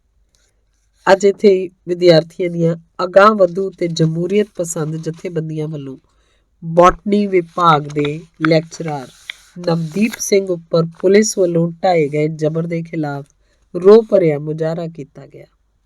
ਸਭਨਾਂ ਵਿਦਿਆਰਥੀ ਤੇ ਅਧਿਆਪਕ ਆਗੂਆਂ ਨੇ ਰੈਲੀ ਨੂੰ ਸੰਬੋਧਨ ਕਰਦਿਆਂ ਸਰਕਾਰ ਨੂੰ ਚੇਤਾਵਨੀ ਦਿੱਤੀ ਕਿ ਜੇ ਪ੍ਰੋਫੈਸਰ ਨਵਦੀਪ ਸਿੰਘ ਨਾਲ ਕੀਤੀਆਂ ਗਈਆਂ ਵਧੀਕੀਆਂ ਲਈ ਸੰਬੰਧਿਤ ਪੁਲਿਸ ਅਧਿਕਾਰੀਆਂ ਨੂੰ ਤੁਰੰਤ ਸਜ਼ਾ ਨਾ ਦਿੱਤੀ ਗਈ ਤਾਂ ਵਿਦਿਆਰਥੀ ਕੋਈ ਅਗਲਾ ਕਦਮ ਪੁੱਟਣ ਲਈ ਮਜਬੂਰ ਹੋਣਗੇ, ਜਿਸ ਦੀ ਜ਼ਿੰਮੇਵਾਰੀ ਫਿਰ ਪ੍ਰਸ਼ਾਸਨ ਉੱਪਰ ਹੋਏਗੀ। ਇੱਕ ਬੁਲਾਰੇ ਅਨੁਸਾਰ ਪ੍ਰੋਫੈਸਰ ਨਵਦੀਪ ਸਿੰਘ ਨੂੰ ਬਿਨਾਂ ਕਿਸੇ ਕਾਰਨ ਤੋਂ 2 ਦਿਨ ਪੁਲਿਸ ਹਿਰਾਸਤ 'ਚ ਰੱਖਣਾ ਇੱਕ ਮਿੱਠੀ ਸਾਜ਼ਿਸ਼ ਸੀ, ਜਿਹੜੀ ਕਿ ਰਾਜ ਮਸ਼ੀਨਰੀ ਤੇ ਕਾਬਜ਼ ਸਿਆਸੀ ਹਲਕਿਆਂ ਵੱਲੋਂ ਘੜੀ ਗਈ ਸੀ। ਉਹਨਾਂ ਨੇ ਮੰਗ ਕੀਤੀ ਕਿ ਇਸ ਸਾਰੀ ਘਟਨਾ ਦੀ ਖੁੱਲ੍ਹੀ ਅਦਾਲਤੀ ਜਾਂਚ ਕਰਵਾਈ ਜਾਏ। ਨਾਲ ਹੀ ਅੱਗੇ ਅਖਬਾਰ ਨੇ ਟਿੱਪਣੀ ਕਰਦਿਆਂ ਲਿਖਿਆ ਸੀ, ਯਾਦ ਰਹੇ ਪ੍ਰੋਫੈਸਰ ਨਵਦੀਪ ਸਿੰਘ ਨੂੰ 19 ਮਾਰਚ ਨੂੰ ਯੂਨੀਵਰਸਿਟੀ ਗੇਟ 'ਚੋਂ ਨਿਕਲਦੇ ਨੂੰ ਹਥਿਆਰਬੰਦ ਪੁਲਿਸ ਨੇ ਗ੍ਰਿਫਤਾਰ ਕਰ ਲਿਆ ਸੀ, ਪਰ ਬਹੁਤ ਸਾਰੀਆਂ ਵਿਦਿਆਰਥੀ ਤੇ ਆਵਾਮੀ ਜਥੇਬੰਦੀਆਂ ਵੱਲੋਂ ਦਬਾਅ ਪੈਣ ਸਦਕਾ 21 ਮਾਰਚ ਨੂੰ ਛੱਡ ਉਹ ਕਾਲਜ ਅਧਿਆਪਕਾਂ ਦੀ ਜਥੇਬੰਦੀਆਂ ਤੇ ਸਰਗਰਮ ਕਾਰਕੁਨ ਹਨ ਤੇ ਹੱਕੀ ਘੋਲਾਂ 'ਚ ਆਪਣਾ ਯੋਗਦਾਨ ਪਾਉਂਦੇ ਰਹਿੰਦੇ ਹਨ। ਸਾਰੇ ਅਗਾਂਹ-ਵਧੂ ਹਲਕਿਆਂ 'ਚ ਉਹਨਾਂ ਦਾ ਨਾਂ ਚੰਗਾ ਜਾਣਿਆ ਪਛਾਣਿਆ ਹੈ। ਪਿਛਲੇ 2 ਸਾਲਾਂ ਦੇ ਸਮੇਂ ਦੌਰਾਨ ਇਹ 5ਵੀਂ ਵਾਰ ਹੈ ਜਦੋਂ ਪੁਲਿਸ ਵੱਲੋਂ ਉਹਨਾਂ ਨੂੰ ਨਜਾਇਜ਼ ਤੌਰ ਤੇ ਤੰਗ ਕੀਤਾ ਗਿਆ ਹੈ। ਨਜ਼ਰਾਂ ਉਹਦੀਆਂ ਜਿਵੇਂ ਪੱਥਰਾ ਗਈਆਂ ਹੋਣ। ਅਖਬਾਰ ਉਹਦੇ ਸਾਹਮਣੇ ਪਈ ਸੀ, ਪਰ ਉਹਦੀਆਂ ਨਜ਼ਰਾਂ ਪਤਾ ਨਹੀਂ ਕਿੱਥੇ ਪਹੁੰਚ ਚੁੱਕੀਆਂ ਸੀ। ਪਤਾ ਨਹੀਂ ਕਿੰਨਾ ਸਮਾਂ ਇੰਝ ਹੀ ਲੰਘ ਗਿਆ ਤੇ ਹੋਰ ਪਤਾ ਨਹੀਂ ਕਿੰਨਾ ਸਮਾਂ ਉਹ ਇੰਝ ਹੀ ਬੈਠੀ ਰਹਿੰਦੀ ਜੇ ਮੁੰਡੂ ਨਾ ਆਉਂਦਾ ਤਾਂ। ਬੀਬੀ ਜੀ ਰੋਟੀ ਤਿਆਰ ਹੈ, ਖਾ ਲਓ। ਮੇਰਾ ਜੀ ਕੁਛ ਠੀਕ ਨਹੀਂ, ਉਹਨੇ ਇੱਕ ਪਲ ਮੁੰਡੂ ਦੇ ਚਿਹਰੇ ਨੂੰ ਤੱਕਦਿਆਂ ਆਖਿਆ। ਮੈਂ ਡਾਕਟਰ ਨੂੰ ਫੋਨ ਕਰਾਂ? ਮੁੰਡੂ ਉਹਦਾ ਉਤਰਿਆ ਚਿਹਰਾ ਵੇਖ ਸੱਚਮੁੱਚ ਹੀ ਘਬਰਾ ਗਿਆ ਸੀ। ਨਹੀਂ, ਤੂੰ ਰੋਟੀ ਖਾ ਕੇ ਜੇ ਕਿਤੇ ਘੁੰਮਣ ਫਿਰਨ ਜਾਣਾ ਤਾਂ ਚਲਾ ਜਾ, ਸ਼ਾਮ ਨੂੰ ਆ ਜਾਈਂ। ਤੇ ਬੇਹੱਦ ਹੀ ਉਦਾਸ ਕਦਮ ਪੁੱਟਦੀ ਉਹ ਅੰਦਰ ਆ ਪਲੰਗ ਤੇ ਡਿੱਗ ਪਈ। ਅਤੀਤ ਨੂੰ ਸੋਚਦਿਆਂ ਸਾਰੀ ਦੀ ਸਾਰੀ ਹੁਣ ਦੀ ਜ਼ਿੰਦਗੀ ਤੇ ਆਤਮ ਗਿਲਾਨੀ ਨਾਲ ਭਰ ਗਈ ਸੀ ਤੇ ਖਾਲੀ ਨਜ਼ਰਾਂ ਨਾਲ ਛੱਤ ਨੂੰ ਵੇਂਦੀ ਰਹੀ, ਇੰਝ ਜਿਵੇਂ ਕਿਸੇ ਦੇ ਨਕਸ਼ਾਂ ਨੂੰ ਪਛਾਣਨ ਦਾ ਯਤਨ ਕਰ ਰਹੀ ਹੋਵੇ। ਅਖੀਰਲਾ ਅੰਗ ਅੰਤਿਕਾ। ਦਿਨ ਬੀਤਦੇ ਗਏ, ਦਿਨ ਮਹੀਨਿਆਂ 'ਚ ਵੱਟਦੇ ਗਏ ਤੇ ਮਹੀਨੇ ਸਾਲਾਂ 'ਚ। ਮਿਸਿਸ ਹਰਪਾਲ ਸੰਧੂ ਦੇ ਵਿਆਹ ਨੂੰ 5ਵਾਂ ਸਾਲ ਚੜ੍ਹ ਪਿਆ। ਹੁਣ ਉਹਦੀ ਚਰਚਾ ਆਫਿਸਰਸ ਕਾਲੋਨੀ ਤੋਂ ਬਾਹਰ ਦੀਆਂ ਕਾਲੋਨੀਆਂ 'ਚ ਵੀ ਹੋਣ ਲੱਗ ਪਈ ਸੀ। ਨਿਰੀ ਉਹਦੇ ਰੂਪ ਜਾਂ ਉਹਦੇ ਸੁਹੱਪਣ ਦੀ ਹੀ ਚਰਚਾ ਨਹੀਂ, ਸਗੋਂ ਹੋਰ ਵੀ ਕਈ ਤਰ੍ਹਾਂ ਦੀ ਉਹਦੇ ਨਾਂ ਨਾਲ ਕਈ ਅਫਸਰਾਂ ਦੇ ਨਾਂ ਜੁੜਨ ਲੱਗ ਪਏ ਸਨ। ਮਸਲਨ ਇੰਜੀਨੀਅਰ ਸ਼ਰਮਾ ਦਾ ਨਾਂ, ਬੱਤਰੇ ਦਾ ਨਾਂ ਤੇ ਹੋਰ ਵੀ ਕਈ। ਸ਼ਾਮ ਨੂੰ ਜਦ ਕਦੀ ਇਕੱਲੀ ਸੈਰ ਲਈ ਨਿਕਲਦੀ ਤਾਂ ਕਲੋਨੀ ਦੀਆਂ ਸੜਕਾਂ ਤੇ ਕਈ ਮੰਚਲੇ ਖੜੇ ਹੁੰਦੇ, ਕਈ ਬੋਲਾਂ ਰਾਹੀਂ ਕਾਟਵੀਆਂ ਗੱਲਾਂ ਉਹਨੂੰ ਲਾ ਜਾਂਦੇ, ਪਰ ਉਹ ਇੰਝ ਬੇਪਰਵਾਹ ਰਹਿੰਦੀ ਜਿਵੇਂ ਗੱਲ ਉਹਨੂੰ ਆਖੀ ਨਾ ਗਈ ਹੋਵੇ, ਜਿਵੇਂ ਇਹਨਾਂ ਗੱਲਾਂ ਨਾਲ ਉਹਦਾ ਦੂਰ ਦਾ ਵੀ ਵਾਸਤਾ ਨਾ ਹੋਵੇ। ਉਹ ਪੂਰੀ ਦੀ ਪੂਰੀ ਮਿਸਿਸ ਹਰਪਾਲ ਸੰਧੂ ਬਣ ਚੁੱਕੀ ਸੀ। ਉਹਦੇ ਅੰਦਰਲੀ ਜੀਤੀ ਤਾਂ ਕਦੋਂ ਦੀ ਮਰ ਗਈ ਸੀ। ਉਹਨਾਂ ਦੇ ਵਿਆਹ ਨੂੰ 5ਵਾਂ ਵਰ੍ਹਾ ਮੁੱਕਣ ਵਾਲਾ ਸੀ। ਉਹ ਗਰਭਵਤੀ ਹੋ ਗਈ ਤਾਂ ਉਹਦੀ ਇਹ ਗੱਲ ਵੀ ਉਹਦੀਆਂ ਬਾਕੀ ਗੱਲਾਂ ਵਾਂਗ ਕਾਲੋਨੀ 'ਚ ਚਰਚਾ ਦਾ ਵਿਸ਼ਾ ਬਣ ਗਈ। ਇੱਕ ਸ਼ੱਕ ਤੋਂ ਹੀ ਸਾਰਿਆਂ 'ਚ ਚਰਚਾ ਸ਼ੁਰੂ ਹੁੰਦੀ, ਖਬਰੇ ਕਿਹਦਾ ਹੈ। ਇੱਕ ਦਿਨ ਆਪਣਾ ਪੀਲਾ ਗਰਮ ਸ਼ਾਲ ਲੱਭਦਿਆਂ ਉਹਨੇ ਕੱਪੜਿਆਂ ਵਾਲੀ ਅਲਮਾਰੀ ਉਥਲ-ਪੁਥਲ ਕਰ ਮਾਰੀ। ਸਾੜੀਆਂ ਦੀ ਤਹਿ ਹੇਠ ਆਇਆ ਸ਼ਾਲ ਤਾਂ ਲੱਭ ਗਿਆ, ਪਰ ਨਾਲ ਹੀ ਉਹਦੀਆਂ ਨਜ਼ਰਾਂ ਹੇਠਾਂ ਤੈਅ ਕਰ ਰੱਖੀ ਇੱਕ ਸਲਵਾਰ ਕਮੀਜ਼ ਤੇ ਪੈ ਗਈ। ਸਭ ਕੁਝ ਨੂੰ ਭੁੱਲੋ ਖੜੀ ਦੀ ਖੜੀ ਰਹਿ ਗਈ। ਇਹ ਸਲਵਾਰ ਕਮੀਜ਼ ਉਹਦੀ ਕੁਆਰੀ ਹੁੰਦਿਆਂ ਦੀ ਸੀ, ਜਦੋਂ ਉਹ ਜੀਤੀ ਹੋਇਆ ਕਰਦੀ ਸੀ, ਜਦੋਂ ਉਹ ਰੇ ਦੀਆਂ ਪਗਡੰਡੀਆਂ ਤੇ ਹਰਨੋਟਿਆਂ ਵਾਂਗੂ ਚੁੰਗੀਆਂ ਭਰਿਆ ਕਰਦੀ ਸੀ ਤੇ ਉਹਨਾਂ ਦੀ ਤਹਿ 'ਚ ਲੁਕਾ ਕੇ ਰੱਖੇ ਦੀਪ ਦੇ ਸਾਰੇ ਖੱਤ ਉਹ ਕਿੰਨਾ ਚਿਰ ਵਹਿੰਦੀ ਰਹੀ। ਤੇ ਫਿਰ ਪਤਾ ਨਹੀਂ ਉਹਦੇ ਦਿਲ 'ਚ ਕੀ ਆਈ, ਉਹਨੇ ਸਲਵਾਰ ਕਮੀਜ਼ ਨੂੰ ਬਾਹਰ ਲਾਉਣ 'ਚ ਲਿਆ ਕੇ ਅੱਗ ਲਾ ਦਿੱਤੀ, ਨਾਲ ਹੀ ਸਾਰੇ ਖੱਤ ਵੀ ਸਾੜ ਦਿੱਤੇ। ਖੱਤ ਜਿਹੜੇ ਸਾਰੇ ਦੇ ਸਾਰੇ ਦੀਪ ਤੇ ਜੀਤੀ ਨੂੰ ਆਏ ਸਨ, ਖੱਤ ਜਿਹੜੇ ਜੀਤੀ ਲਈ ਸਨ। ਉਹ ਤਾਂ ਪੂਰੀ ਦੀ ਪੂਰੀ ਮਿਸਿਸ ਹਰਪਾਲ ਸੰਧੂ ਬਣ ਚੁੱਕੀ ਸੀ। ਜੀਤੀ ਤਾਂ ਕਦੋਂ ਦੀ ਉਹਦੇ ਅੰਦਰੋਂ ਦਮ ਤੋੜ ਗਈ ਹੋਈ ਸੀ ਤੇ ਉਹਨੇ ਉਹ ਸਭ ਕੁਝ ਵੀ ਫੂਕ ਦਿੱਤਾ ਜਿਹੜਾ ਜੀਤੀ ਦਾ ਉਸ ਕੋਲ ਸਾਂਭਿਆ ਰਹਿ ਗਿਆ ਸੀ। ਸੁਪਨਿਆਂ ਦੇ ਜਿਹੜੇ ਖੰਡਰ ਬਚ ਗਏ ਸਨ, ਸਭ ਕੁਝ ਹੀ ਸੁਆਹ ਹੋ ਗਿਆ, ਸਭ ਕੁਝ ਮੁੱਕ ਗਿਆ ਸੀ ਤੇ ਸੁਪਨਿਆਂ ਦੀ ਸੁਆਹ ਦੇ ਸਾਹਵੇਂ ਬੈਠੀ ਫਿਰ ਉਹ ਕਿੰਨਾ ਚਿਰ ਹੰਝੂ ਵਹਾਉਂਦੀ ਰਹੀ। ਧੰਨਵਾਦ। ਸਮਾਪਤ।